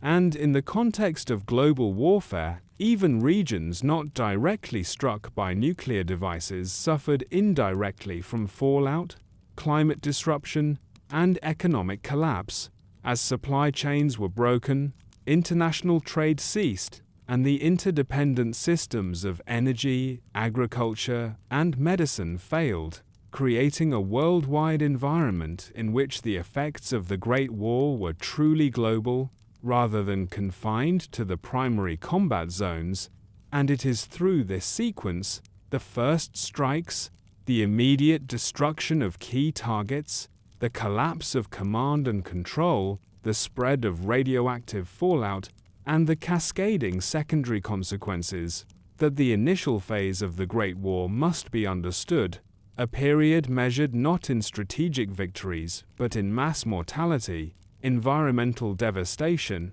and the immediate termination of normal human activity across continents. And as the first days concluded, what remained of human civilization was fragmented into isolated pockets, many of which were heavily irradiated, resource-deprived, and socially destabilized, a reality that would define the subsequent post-war struggle for survival, the formation of emergent communities, and the eventual opening of vaults designed to preserve select populations, and the global nuclear exchange of the opening days thus represents not merely the physical commencement of the Great War, but the irreversible collapse of human systems, demonstrating the extent to which technological power, political ambition, and societal overreach combined to produce instantaneous and nearly total destruction, a stark reminder of the fragility of civilization in the nuclear age, and a defining moment that forever transformed the landscape,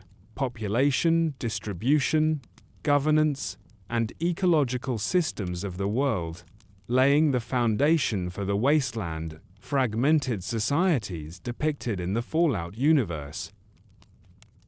The immediate aftermath of the Great War, often referred to as the fallout of fire, represents one of the most catastrophic periods in human history, a phase in which the consequences of nuclear exchange were felt not only in terms of immediate mortality and destruction, but also through the cascading collapse of environmental, social, and infrastructural systems. As entire cities lay in ruins, industrial complexes were obliterated, and millions of human beings perished within minutes, with survivors forced to confront a world that had been fundamentally transformed into a landscape of fire, ash, and radiation. And in these first hours and days, the environmental impact of nuclear detonations was immediately apparent, as firestorms consumed urban centers, sending plumes of soot and radioactive particles into the upper atmosphere, darkening skies and creating localized climatic effects that disrupted weather patterns, precipitation, and temperature, while fallout carried lethal radiation across hundreds and, in some cases, thousands of miles, poisoning soil, water, and air, producing long-term contamination that would render vast swathes of land uninhabitable for decades, and the physical destruction of infrastructure, from transportation networks and power grids to communication lines and water treatment facilities, created an immediate breakdown in essential services, leaving survivors isolated, disoriented, and without access to the tools and systems that had previously enabled society to function. And in urban areas, once thriving metropolises were reduced to skeletal remains, their streets littered with rubble, vehicles overturned, fires burning uncontrollably, and buildings either vaporized by the blast or collapsed into jagged heaps of concrete and steel, while in suburban and rural areas, farms, small towns, and industrial plants were subjected to varying degrees of destruction, depending on proximity to blast zones, producing patchwork zones, devastation interspersed with irradiated wilderness, and the human toll was immediate and profound, as acute radiation sickness, thermal burns, and trauma claimed countless lives, while those who survived initial blasts faced exposure, dehydration, starvation, and infection. In a society where medical infrastructure had been obliterated, supply chains disrupted, and social order fragmented, and the collapse of communication networks compounded the chaos, as survivors could not coordinate relief, contact distant family, or access vital information regarding safe zones, shelters, or water sources, leaving communities to rely on ad hoc local organization, improvisation, and sheer human resilience. And the psychological impact of witnessing entire cities vanish, loved ones perish, and civilization itself unravel cannot be overstated, as survivors reported widespread disorientation, grief, trauma,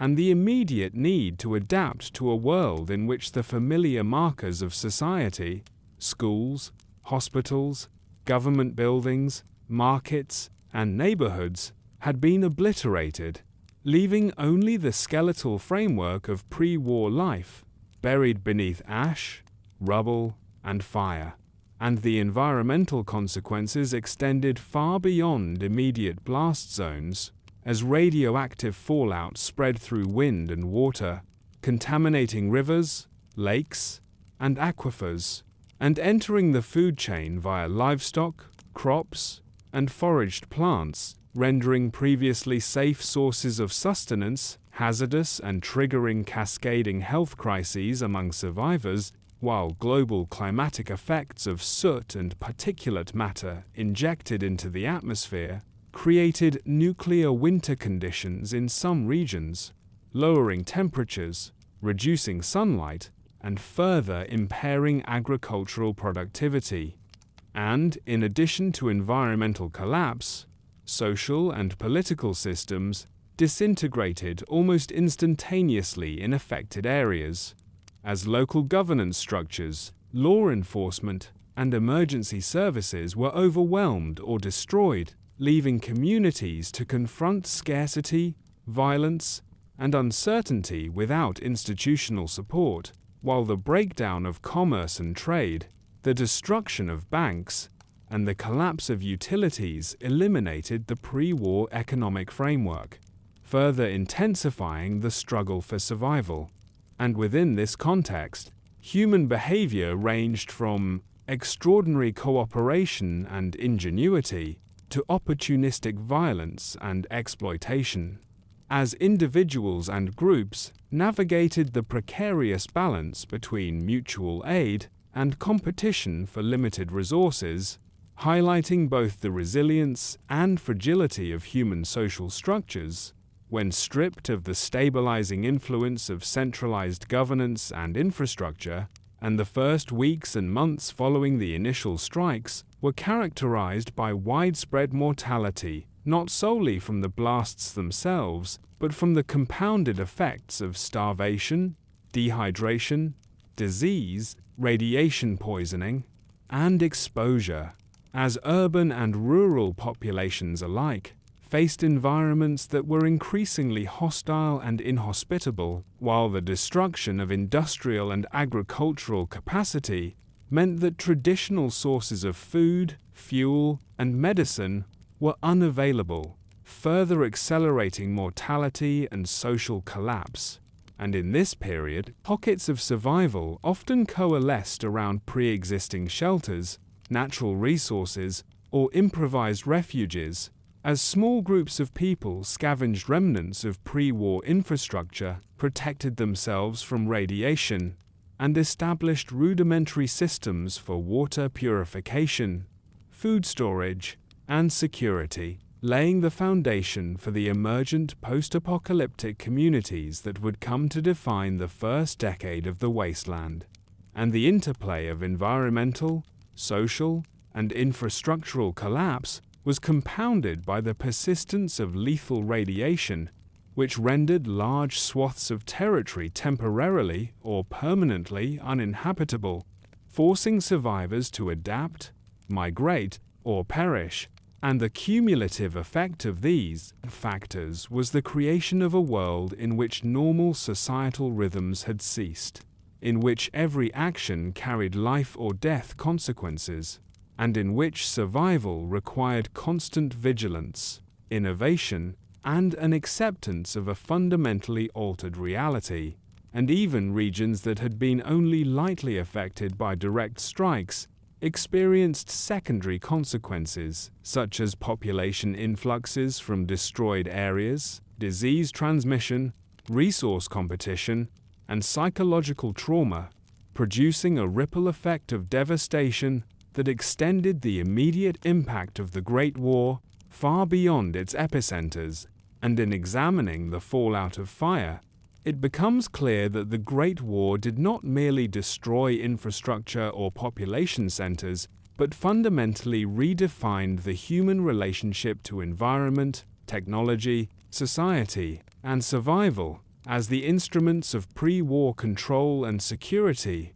the cities, industries, communication systems, and technological networks were simultaneously the markers of what had been lost and the foundation for what would need to be rebuilt, while the immediate survivors faced the dual challenge of avoiding the continuing hazards of radiation, fire, and structural collapse, and creating new systems of governance, resource management, and social cohesion, a challenge that would define the post-war landscape and the evolution of human society in the fallout universe. And it is within this context of unprecedented destruction, environmental transformation, and social fragmentation that the true scope of the war's immediate consequences must be understood, as the fallout of fire represents not simply the obliteration of pre-war civilization, but the birth of the post-apocalyptic world,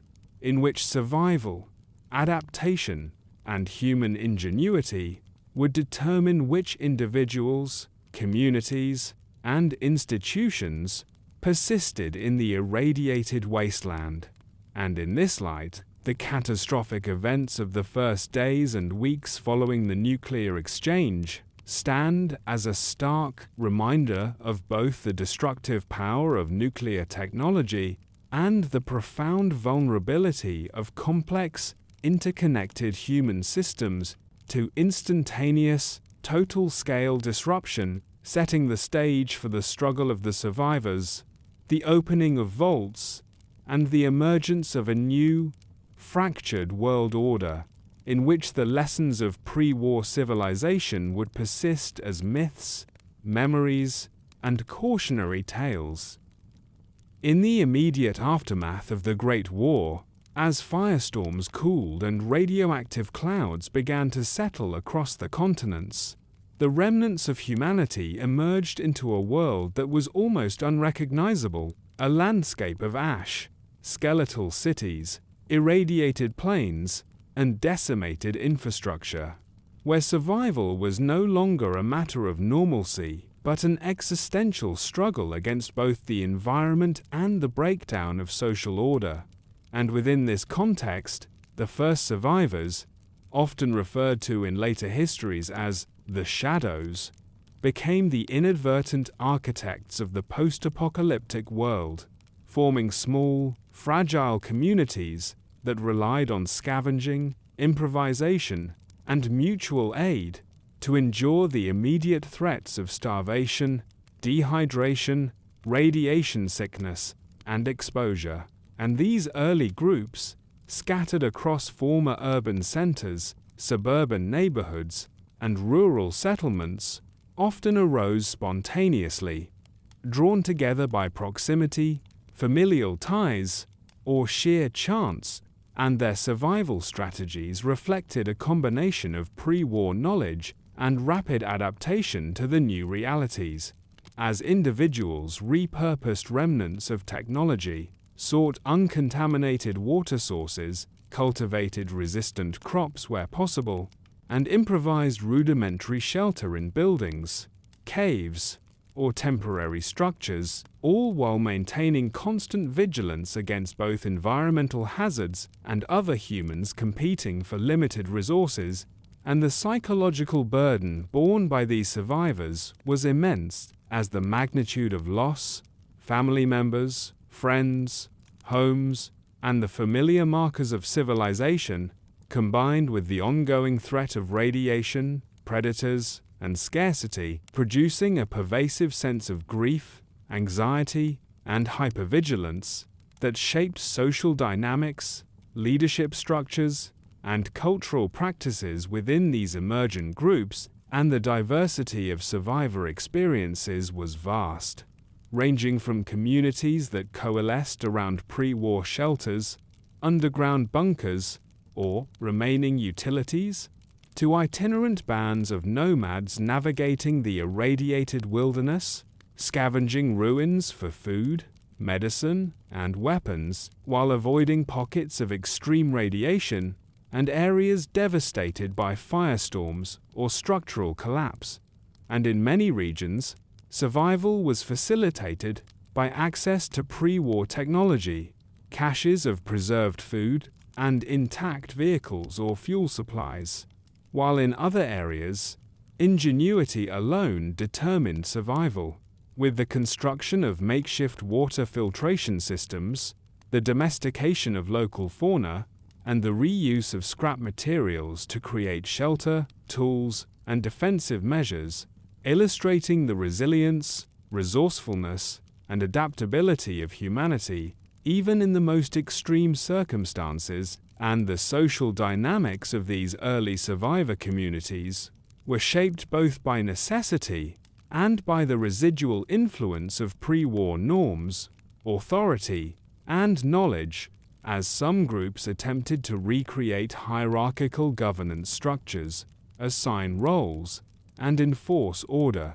while others adopted more egalitarian or nomadic arrangements, guided primarily by survival imperatives rather than formal organization. And the shadows of pre-war society were evident in the reuse of technology, the preservation of literacy and scientific knowledge, and the cautious maintenance of cultural rituals, even as these elements were subordinated to the immediate demands of life in a devastated landscape. And among these survivors, extraordinary acts of ingenuity and courage were documented, From scavenging for medicine in irradiated hospitals, repurposing vehicles and machinery for transport and defense, to establishing long-distance communication networks using salvaged radio equipment, efforts that not only enhanced immediate survival but also laid the groundwork for future community cohesion and the reconstruction of social networks. And yet, even as pockets of survival persisted, the perils of the post-war environment were relentless. As radiation continued to relentless spread, disease proliferated in the absence of sanitation and medical care, and competition over scarce resources often led to violent encounters between survivor groups, producing a brutal social landscape in which trust, cooperation, and caution were in constant tension, and the shadow of death loomed perpetually, with mortality rates remaining high due to lingering exposure, malnutrition, psychological trauma, and encounters with mutated wildlife or human aggressors, all of which reinforced a culture of vigilance, adaptability, and pragmatism among survivors. And the emergence of these post-war communities also revealed the persistence of pre-war inequalities, as individuals and groups who had access to vaults, pre-war shelters, or corporate and government caches often had a significantly higher likelihood of survival, highlighting the role of preparation, foresight, and privilege in determining outcomes in the immediate post-apocalyptic landscape. And within these communities, informal leadership often emerged from those with practical skills, pre-war knowledge, or decisiveness under pressure, with social cohesion being maintained through a combination of shared necessity, reciprocal labor, and, in some cases, ritualized enforcement of rules designed to mitigate internal conflict and ensure access to essential resources. And the shadows, as historians later termed them, became repositories of collective memory, maintaining fragments of pre-war knowledge, oral histories, and cultural practices that would influence post-war reconstruction, the eventual re-emergence of organized societies, and the formation of myths, legends, and cautionary narratives in later generations. And the adaptability of these survivors was not merely practical, but psychological, as individuals developed coping mechanisms to manage trauma, loss, and the constant threat of death, often resulting in heightened communal bonds, innovative problem-solving, and pragmatic moral frameworks, calibrated to the necessities of survival rather than pre-war ethical norms. And in examining the first months and years after the Great War, it becomes clear that the shadows were not only witnesses to the collapse of civilization, but also the agents of continuity, preserving fragments of knowledge, skills, and culture that would later serve as the foundation for emerging post-apocalyptic societies, while simultaneously shaping the distinctive character, habits, and moral codes of the wasteland.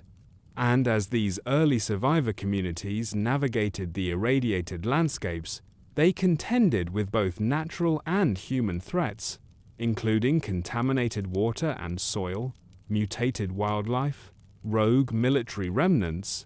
raiders, and opportunistic factions, necessitating a careful balance between exploration, resource acquisition, defense, and mobility.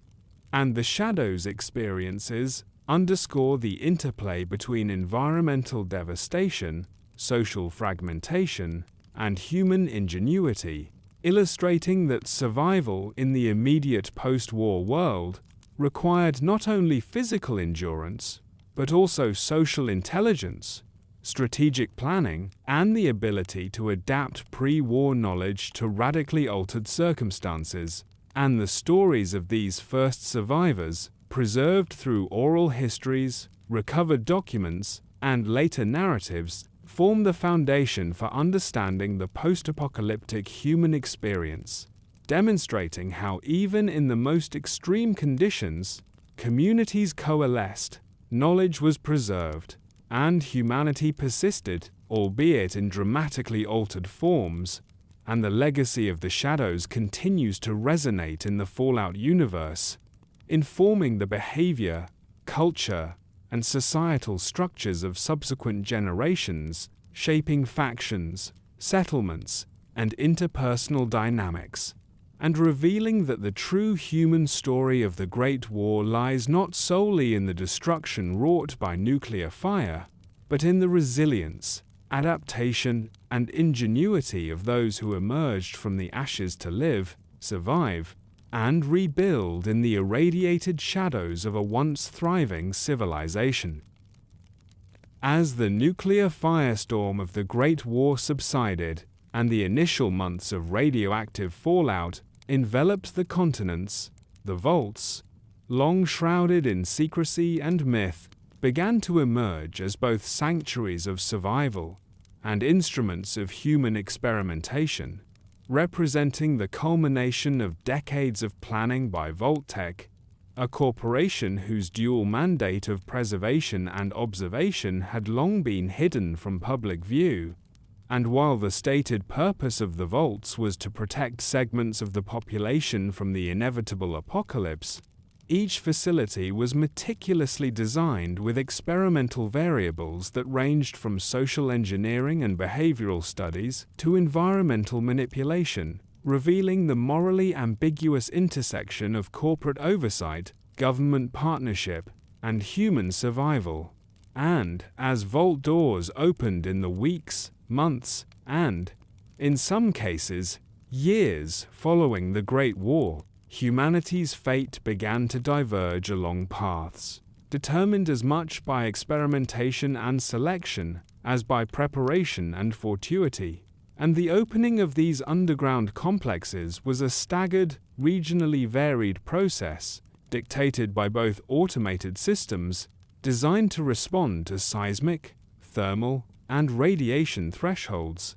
and by internal monitoring protocols that determined the timing, method, and sequence of release for vault occupants. And these openings revealed the vast technological sophistication of the vault program, as self-sufficient power systems, water filtration, hydroponic agriculture, medical facilities, and automated maintenance machinery had, in many cases, maintained functionality despite decades of neglect, while other vaults, subject to sabotage, design flaws, or experimental manipulation, emerged as sites of unimaginable horror,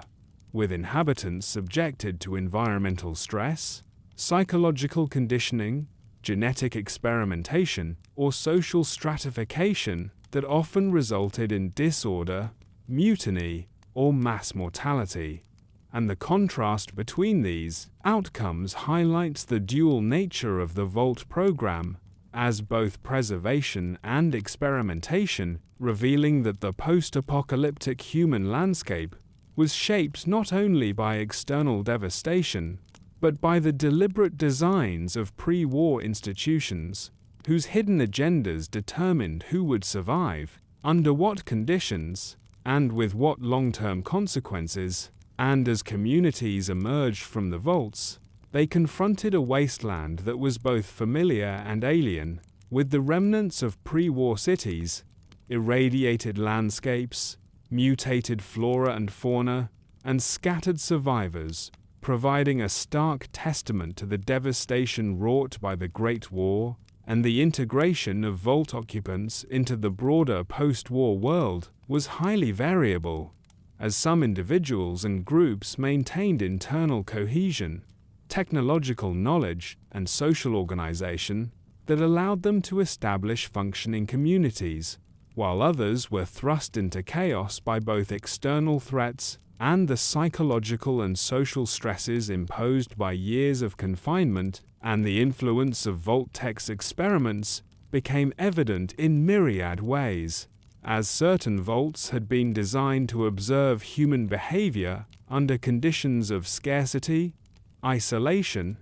social stratification, or ethical ambiguity, producing cohorts whose responses ranged from resilience, ingenuity, and cooperation to conflict, mutation, and psychological breakdown. A controlled study played out on the largest possible scale, with results that would not only shape the development of survivor societies, but also serve as cautionary, if unintended, lessons regarding the malleability, endurance, and fragility of human communities. And the logistical and technological sophistication of the vaults was equally remarkable,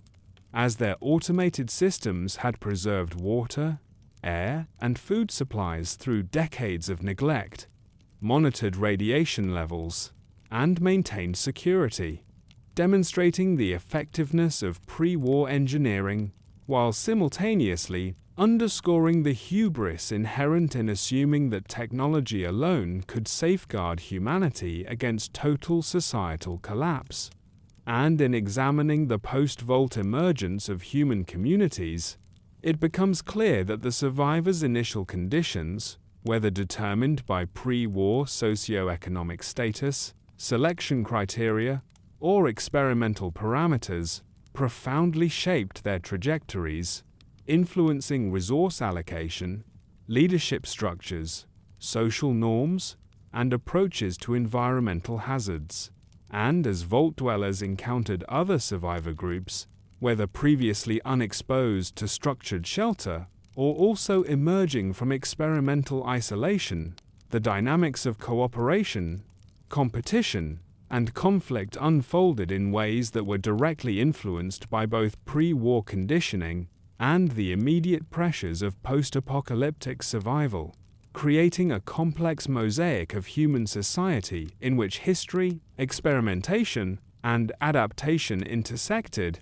and the cultural imprint of the vaults was equally significant, as rituals, rules, technologies, and moral codes, developed underground, often persisted in the surface communities, influencing governance, law, and social cohesion, while simultaneously generating myths, cautionary tales, and legends regarding the pre-war world, the nature of survival, and the intentions of those who had engineered the Vault program. And in some cases, Vault occupants encountered landscapes so heavily irradiated, so structurally devastated, or so socially unstable that the skills, knowledge, and cohesion cultivated underground became essential for survival, while in other cases, the environmental and social challenges were compounded by internal failures, mutinies, or experiments gone awry, producing catastrophic losses, societal fracture, and the emergence of aberrant social norms that would influence local culture for generations. And the Vault's opening also revealed the enduring influence of pre-war corporate, governmental, and technological systems on the post-apocalyptic world, as salvageable technology, databases, vehicles, and pre-war planning documents provided critical tools for rebuilding, defense, and exploration, while the hidden agendas and experiments embedded within the vaults introduced unforeseen variables that shaped human adaptation, resource competition, and social evolution, illustrating that survival was never simply a matter of skill or luck, but was deeply contingent upon the intersecting legacies of pre-war design,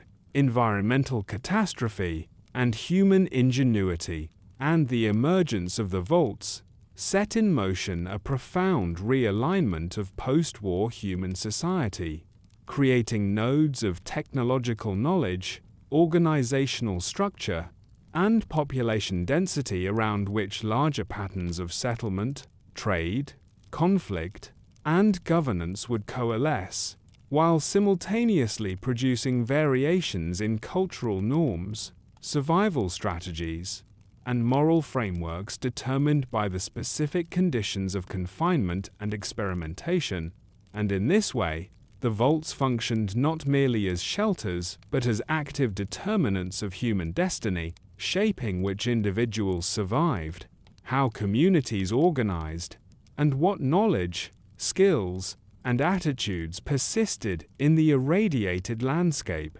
And it is within this framework that the opening of the vaults must be understood,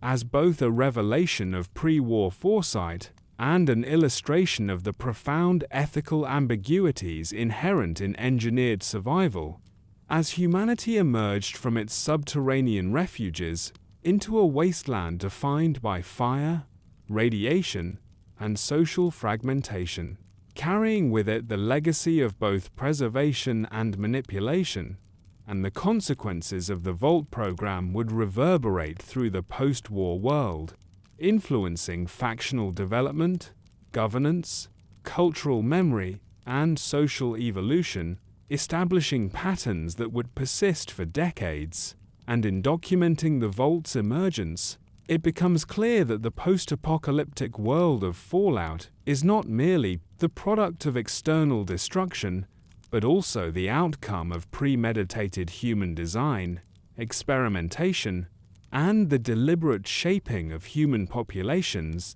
a duality of salvation and subjugation that continues to define the struggles, opportunities, and moral choices of survivors in the wasteland.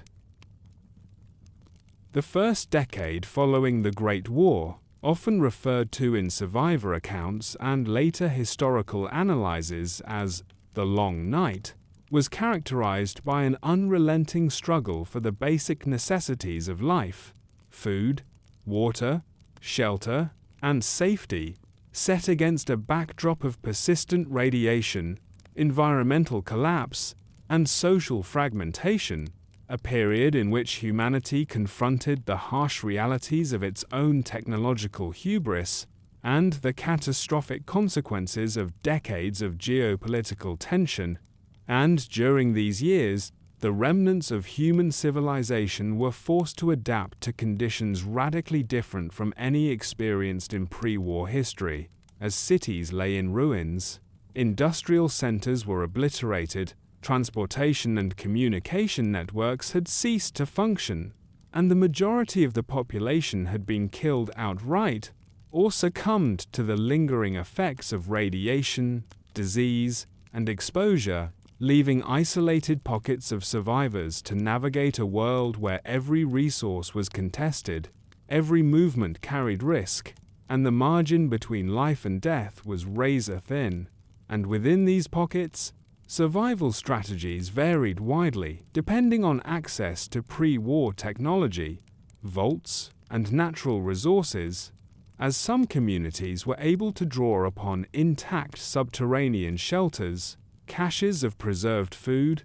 and functioning water purification systems, while others relied solely on scavenging, hunting, and the improvisation of rudimentary infrastructure, leading to significant disparities in mortality, resilience, and long-term adaptability. And the environmental challenges of the Long Night were relentless,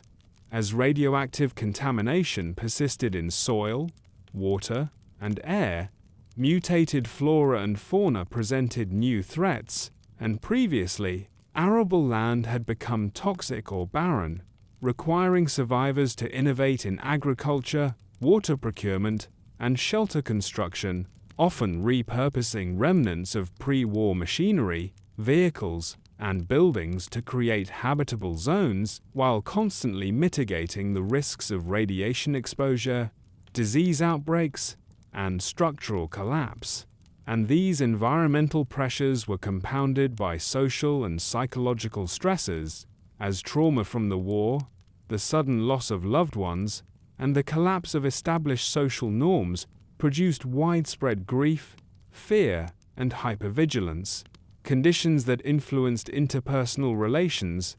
leadership structures, and cultural practices within survivor communities. And in many cases, the psychological resilience of individuals became as critical to survival as their physical capacity to obtain food, water, or protection, as the prolonged uncertainty, isolation, and exposure to death-shaped decision-making social cohesion, and moral frameworks, leading to the emergence of new norms, rules, and taboos calibrated to the demands of survival rather than pre-war societal expectations. And within this period, early communities faced constant threats, not only from environmental hazards, but also from other humans, as scarcity intensified competition over food, water, shelter, and tools, producing violent encounters, raiding parties, and territorial disputes,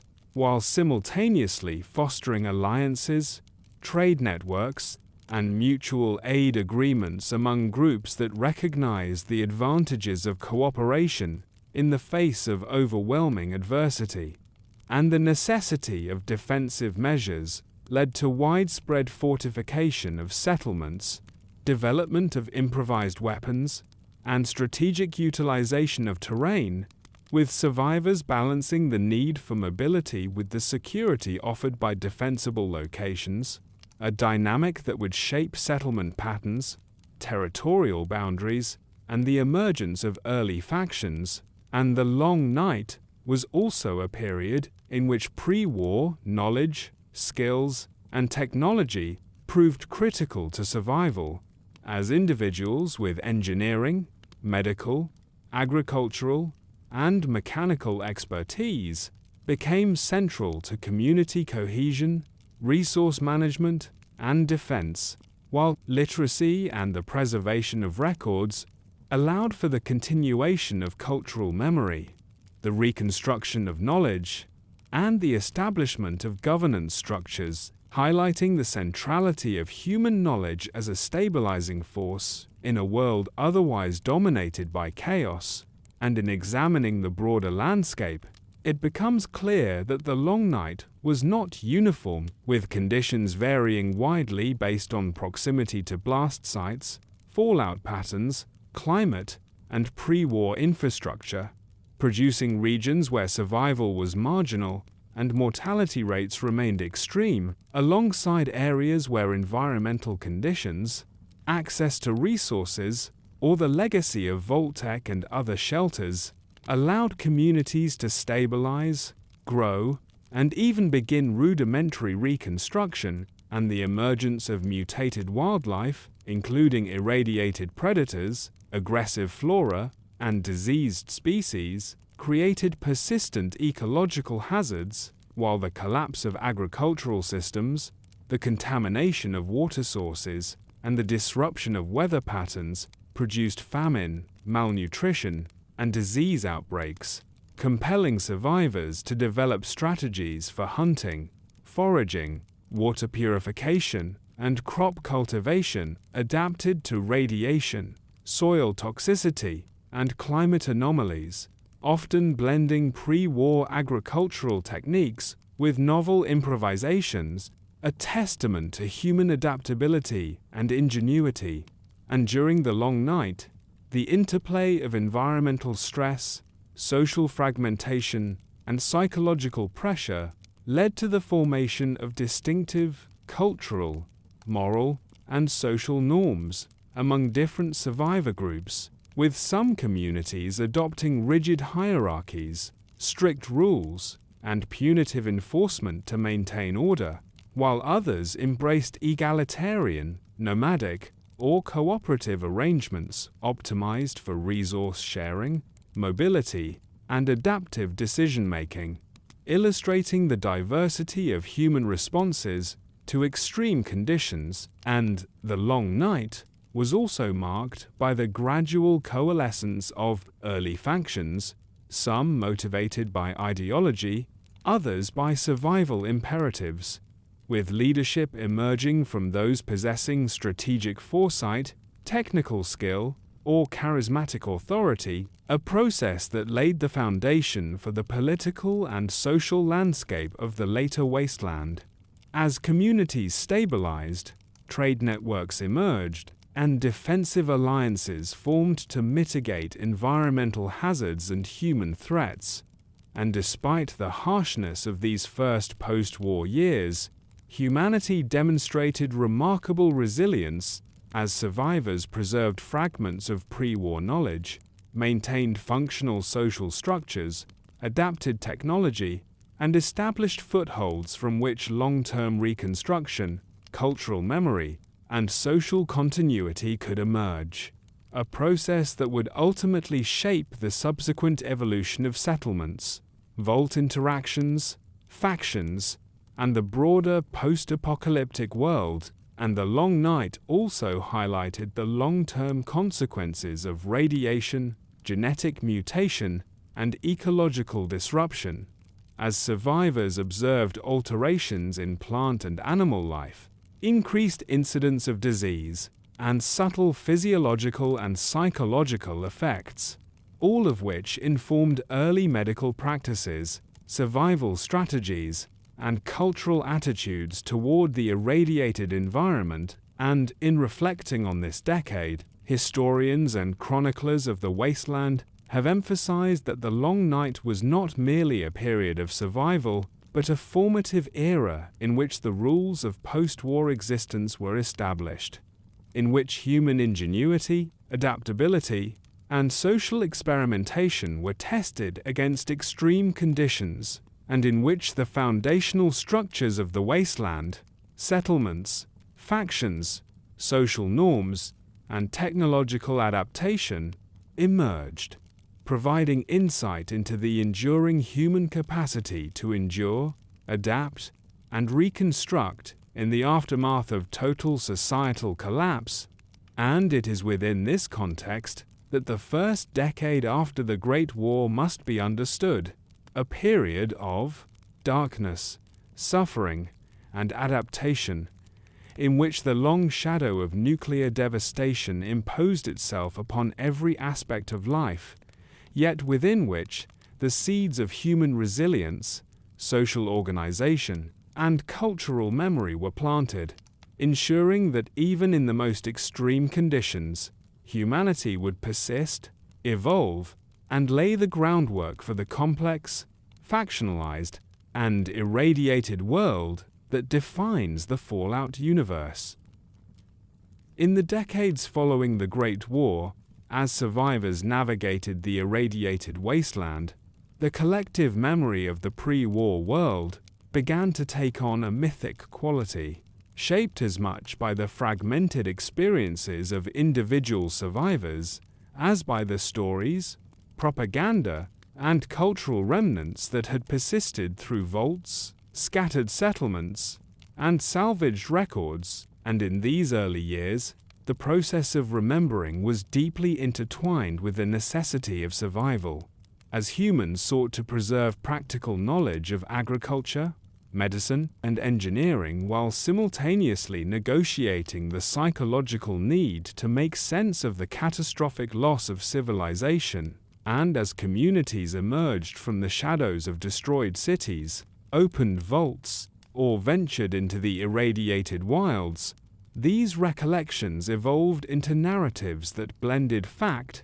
exaggeration, and selective omission, creating a shared mythology in which the world before the bombs was simultaneously a place of achievement, folly, and moral ambiguity.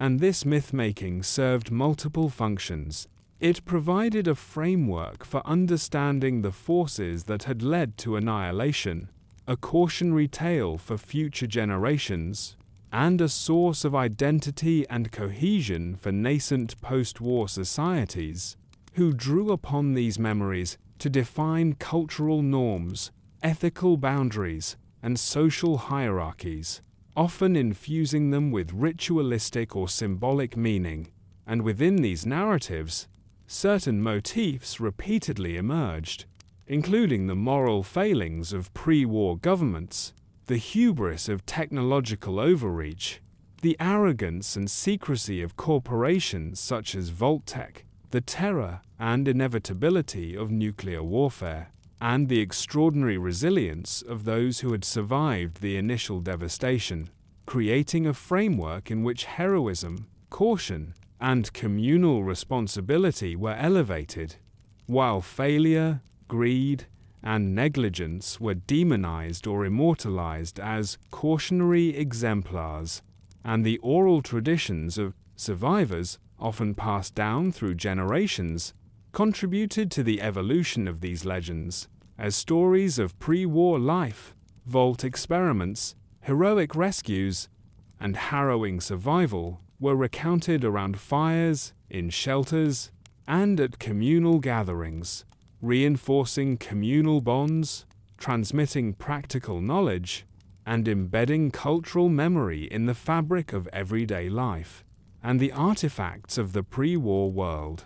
Books, recordings, computers, military manuals, and preserved media provided a tangible foundation for these narratives, though often fragmented, corrupted, or incomplete, requiring interpretation, adaptation, and, in some cases, imaginative reconstruction, a process that ensured that the legends were at once rooted in history and shaped by the necessities, fears, and aspirations of the post-war generations. And in examining the interplay between myth and memory, it becomes evident that the line between historical fact and interpretive narrative was fluid, as survivors selectively emphasized events, conflated individuals, and recontextualized disasters to explain the collapse of civilization, the role of vaults, the conduct of pre-war powers,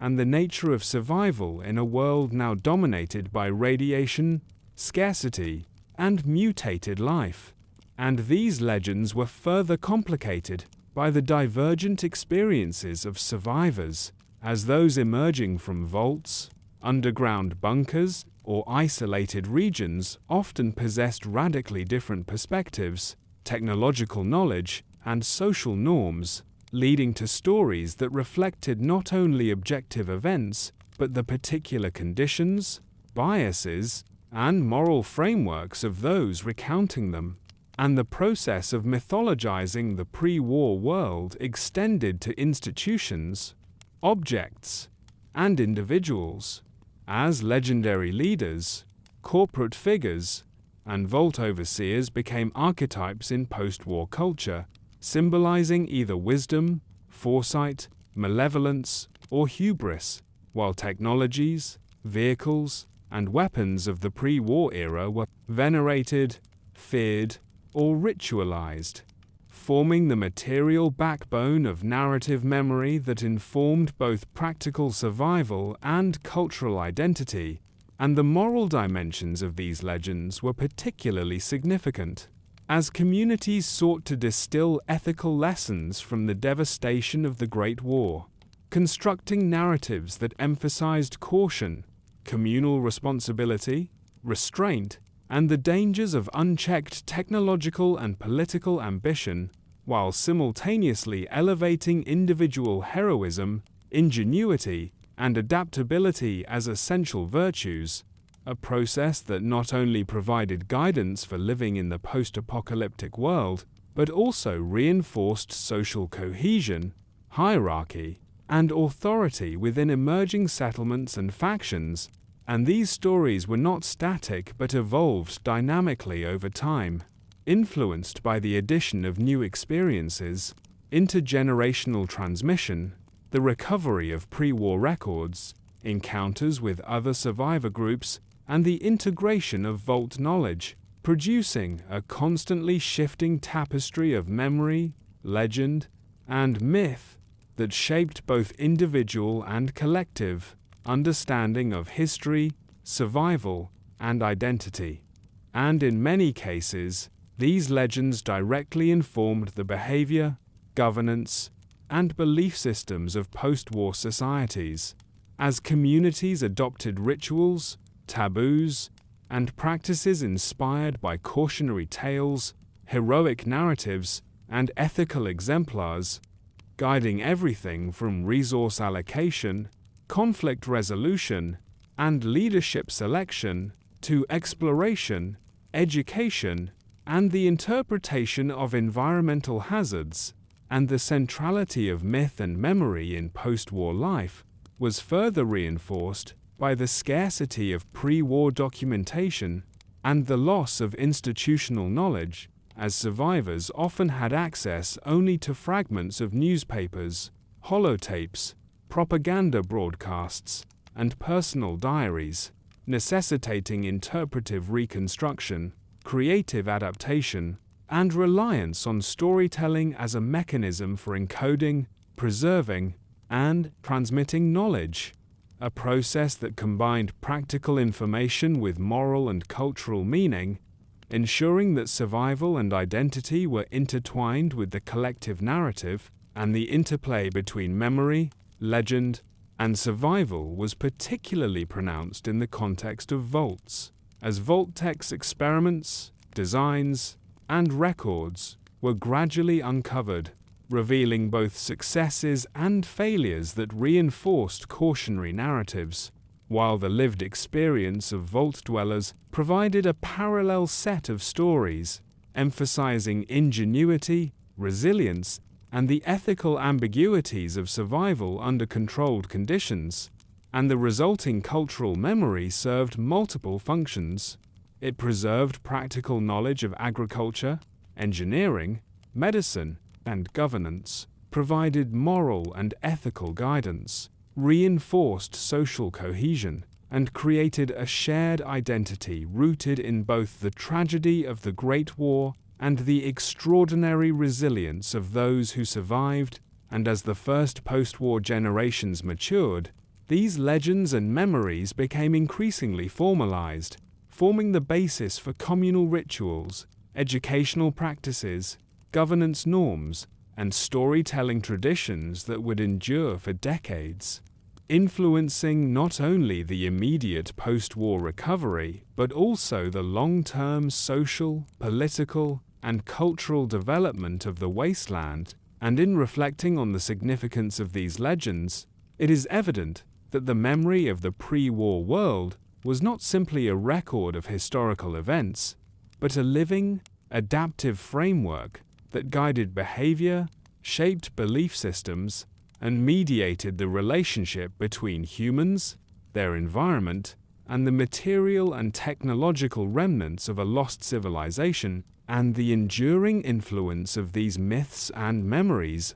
underscores a fundamental truth about the post-apocalyptic human experience: that survival was not merely a matter of physical endurance, but also of cognitive, social, and cultural adaptation as communities relied upon narrative, memory, and legend to interpret the world, transmit knowledge, enforce norms, and maintain identity in the face of devastation, radiation, and social fragmentation, a process that continues to define the Fallout universe, in which the past is both a cautionary tale and a guide for the living, shaping factional identity, ethical decision-making, and the collective imagination of those who navigate the irradiated wasteland, ensuring that the lessons, errors, and achievements of the pre-war world remain inseparable from the lived experience,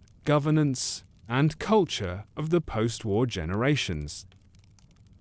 The Great War's enduring legacy is evident not only in the immediate physical devastation wrought by nuclear fire and radioactive fallout, but in the profound and lasting transformation of human society, technology, ecology, and geopolitics. A transformation that has shaped every facet of post-apocalyptic life and continues to define the world of Fallout. And in examining this legacy, it becomes clear that the war functioned as both a historical rupture and a generational crucible, collapsing pre-war political, economic, and social systems, while simultaneously compelling humanity to adapt, innovate, and reconstruct under conditions of extreme adversity. And the physical and environmental consequences of the war remain foundational to the post-war landscape, as irradiated zones, mutated flora and fauna,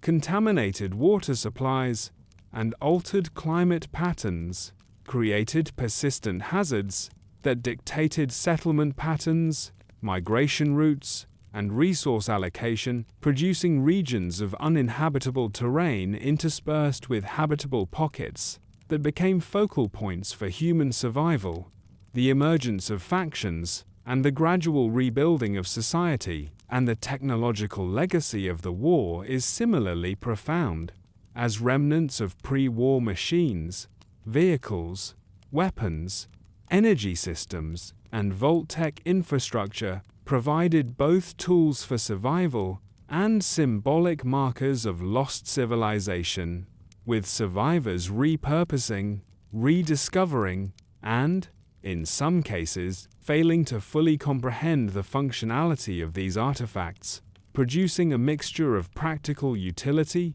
mystification, and mythologization that reinforced the cultural memory of the pre-war world, while shaping post-war technological development and societal organization. And the war's impact on social structures was equally enduring, as the collapse of centralized governance, law enforcement, and institutional authority created opportunities for emergent forms of community, leadership, and governance, ranging from hierarchical, authoritarian settlements to egalitarian or nomadic groups, and these arrangements were informed by the immediate necessities of survival, pre-war knowledge, and, in some cases, the experimental conditioning experienced by vault dwellers, producing diverse social systems whose forms and norms were directly shaped by the interplay of environmental pressure,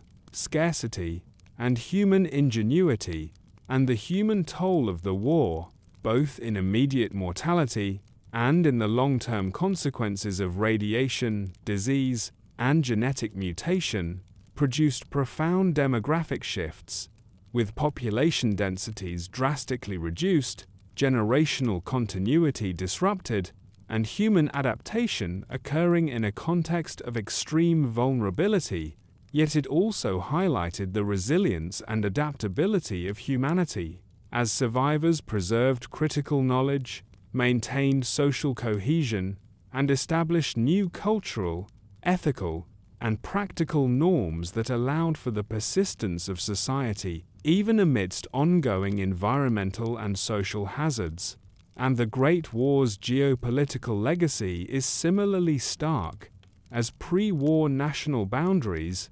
alliances, and power structures were obliterated, leaving a vacuum in which emergent factions, localized governance, and opportunistic raider groups vied for control of territory, resources, and influence, producing a fragmented post-war order in which the notions of sovereignty, international diplomacy, and military power were redefined by the exigencies of survival, access to technology, and control over habitable land and critical resources. And the war's cultural legacy is interwoven with its physical, social, and technological consequences, as myths, legends, and collective memory became central to identity formation, ethical reasoning, and social cohesion.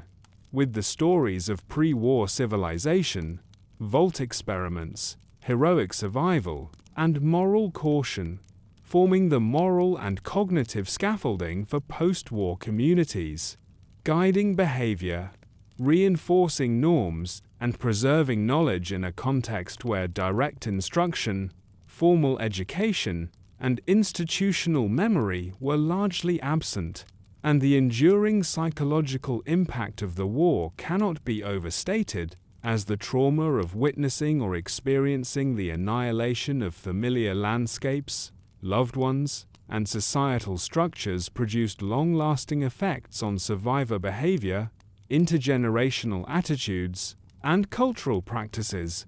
with hypervigilance, resource conservatism, and ethical pragmatism becoming defining traits of post-war societies. And the interplay of these factors, environmental devastation, technological remnants, social fragmentation, and cultural memory, created a post-apocalyptic world in which the legacy of the Great War permeates every aspect of daily life, from the management of scarce resources and defense against environmental hazards to the construction of identity, community, and governance, and this legacy is also evident in the formation and evolution of factions, settlements, and emergent societies, which draw upon pre-war knowledge, vault experiences, mythologized history, and local conditions to establish governance systems, economies, and social hierarchies adapted to post-war realities, a process that continues to shape conflicts, alliances, and cultural development in the wasteland, and the war's impact on science and technology is particularly notable, as survivors grappled with both the preservation of pre-war knowledge and the challenge of applying it in a radically transformed environment, leading to innovations in energy generation, agriculture, medicine, weaponry, and infrastructure, often constrained by scarcity, radiation, and environmental hazards, and the retention or loss of technological expertise directly influenced the success, longevity, and resilience of post-war communities, while simultaneously reinforcing the cultural perception of technology as both a tool of survival and a source of existential risk, a duality that remains central to the ethical, practical, and narrative framework of the Fallout universe and the ecological consequences of the war, ranging from mutated species and radiation-affected ecosystems to long-term climate disruptions and soil contamination, produced persistent challenges for human adaptation, agriculture, and habitation, shaping settlement patterns, migration strategies, and the emergence of new ecological niches that influenced both human and non-human life in the post-war environment, while also reinforcing the perception of the world as both hostile and mutable, a domain where human ingenuity could shape outcomes but never fully control the consequences of past actions, and in synthesizing these physical, social, technological, cultural, and ecological legacies, it becomes evident that the Great War functioned not merely as a historical event, but as a formative crucible defining the parameters of survival, social organization, cultural memory, and human adaptation for generations, producing a world in which the lessons, failures, and achievements of pre-war civilization are inseparable from the lived reality of the post-war wasteland, and the enduring legacy of the war is visible not only in the stark physical remnants of nuclear fire, ruined cities, and irradiated landscapes, but in the persistence of human culture, moral reasoning, ingenuity, and social organization that arose from necessity, improvisation, and adaptation, creating the foundation upon which the complex, factionalized, and socially dynamic wasteland is built, and this legacy continues to resonate across time, influencing the trajectory of post-war development, the formation of myths and legends, the ethical frameworks of emergent societies, and the material and technological conditions under which human life persists, ensuring that the Great War is remembered not only as an event of unparalleled destruction, but also as the defining force that shaped the social, technological, and ecological parameters of the world of Fallout, a world in which the consequences of nuclear catastrophe, human ambition, and technological hubris are inseparable from the strategies, culture, and survival of those who continue to inhabit its irradiated and fragmented landscapes. And it is this comprehensive and multifaceted legacy that underpins the entire post-apocalyptic narrative, providing both context and continuity for the struggles, achievements, and evolution of humanity in the centuries that follow, demonstrating that the impact of the Great War extends far beyond the immediate devastation of its nuclear exchange to the enduring configuration of society, technology, environment, and culture in the wasteland, a reality that remains central to understanding the Fallout universe, its factions, its settlements, its myths, and the ongoing tension between survival, morality, and human ingenuity in a world irrevocably shaped by the fires of the apocalypse.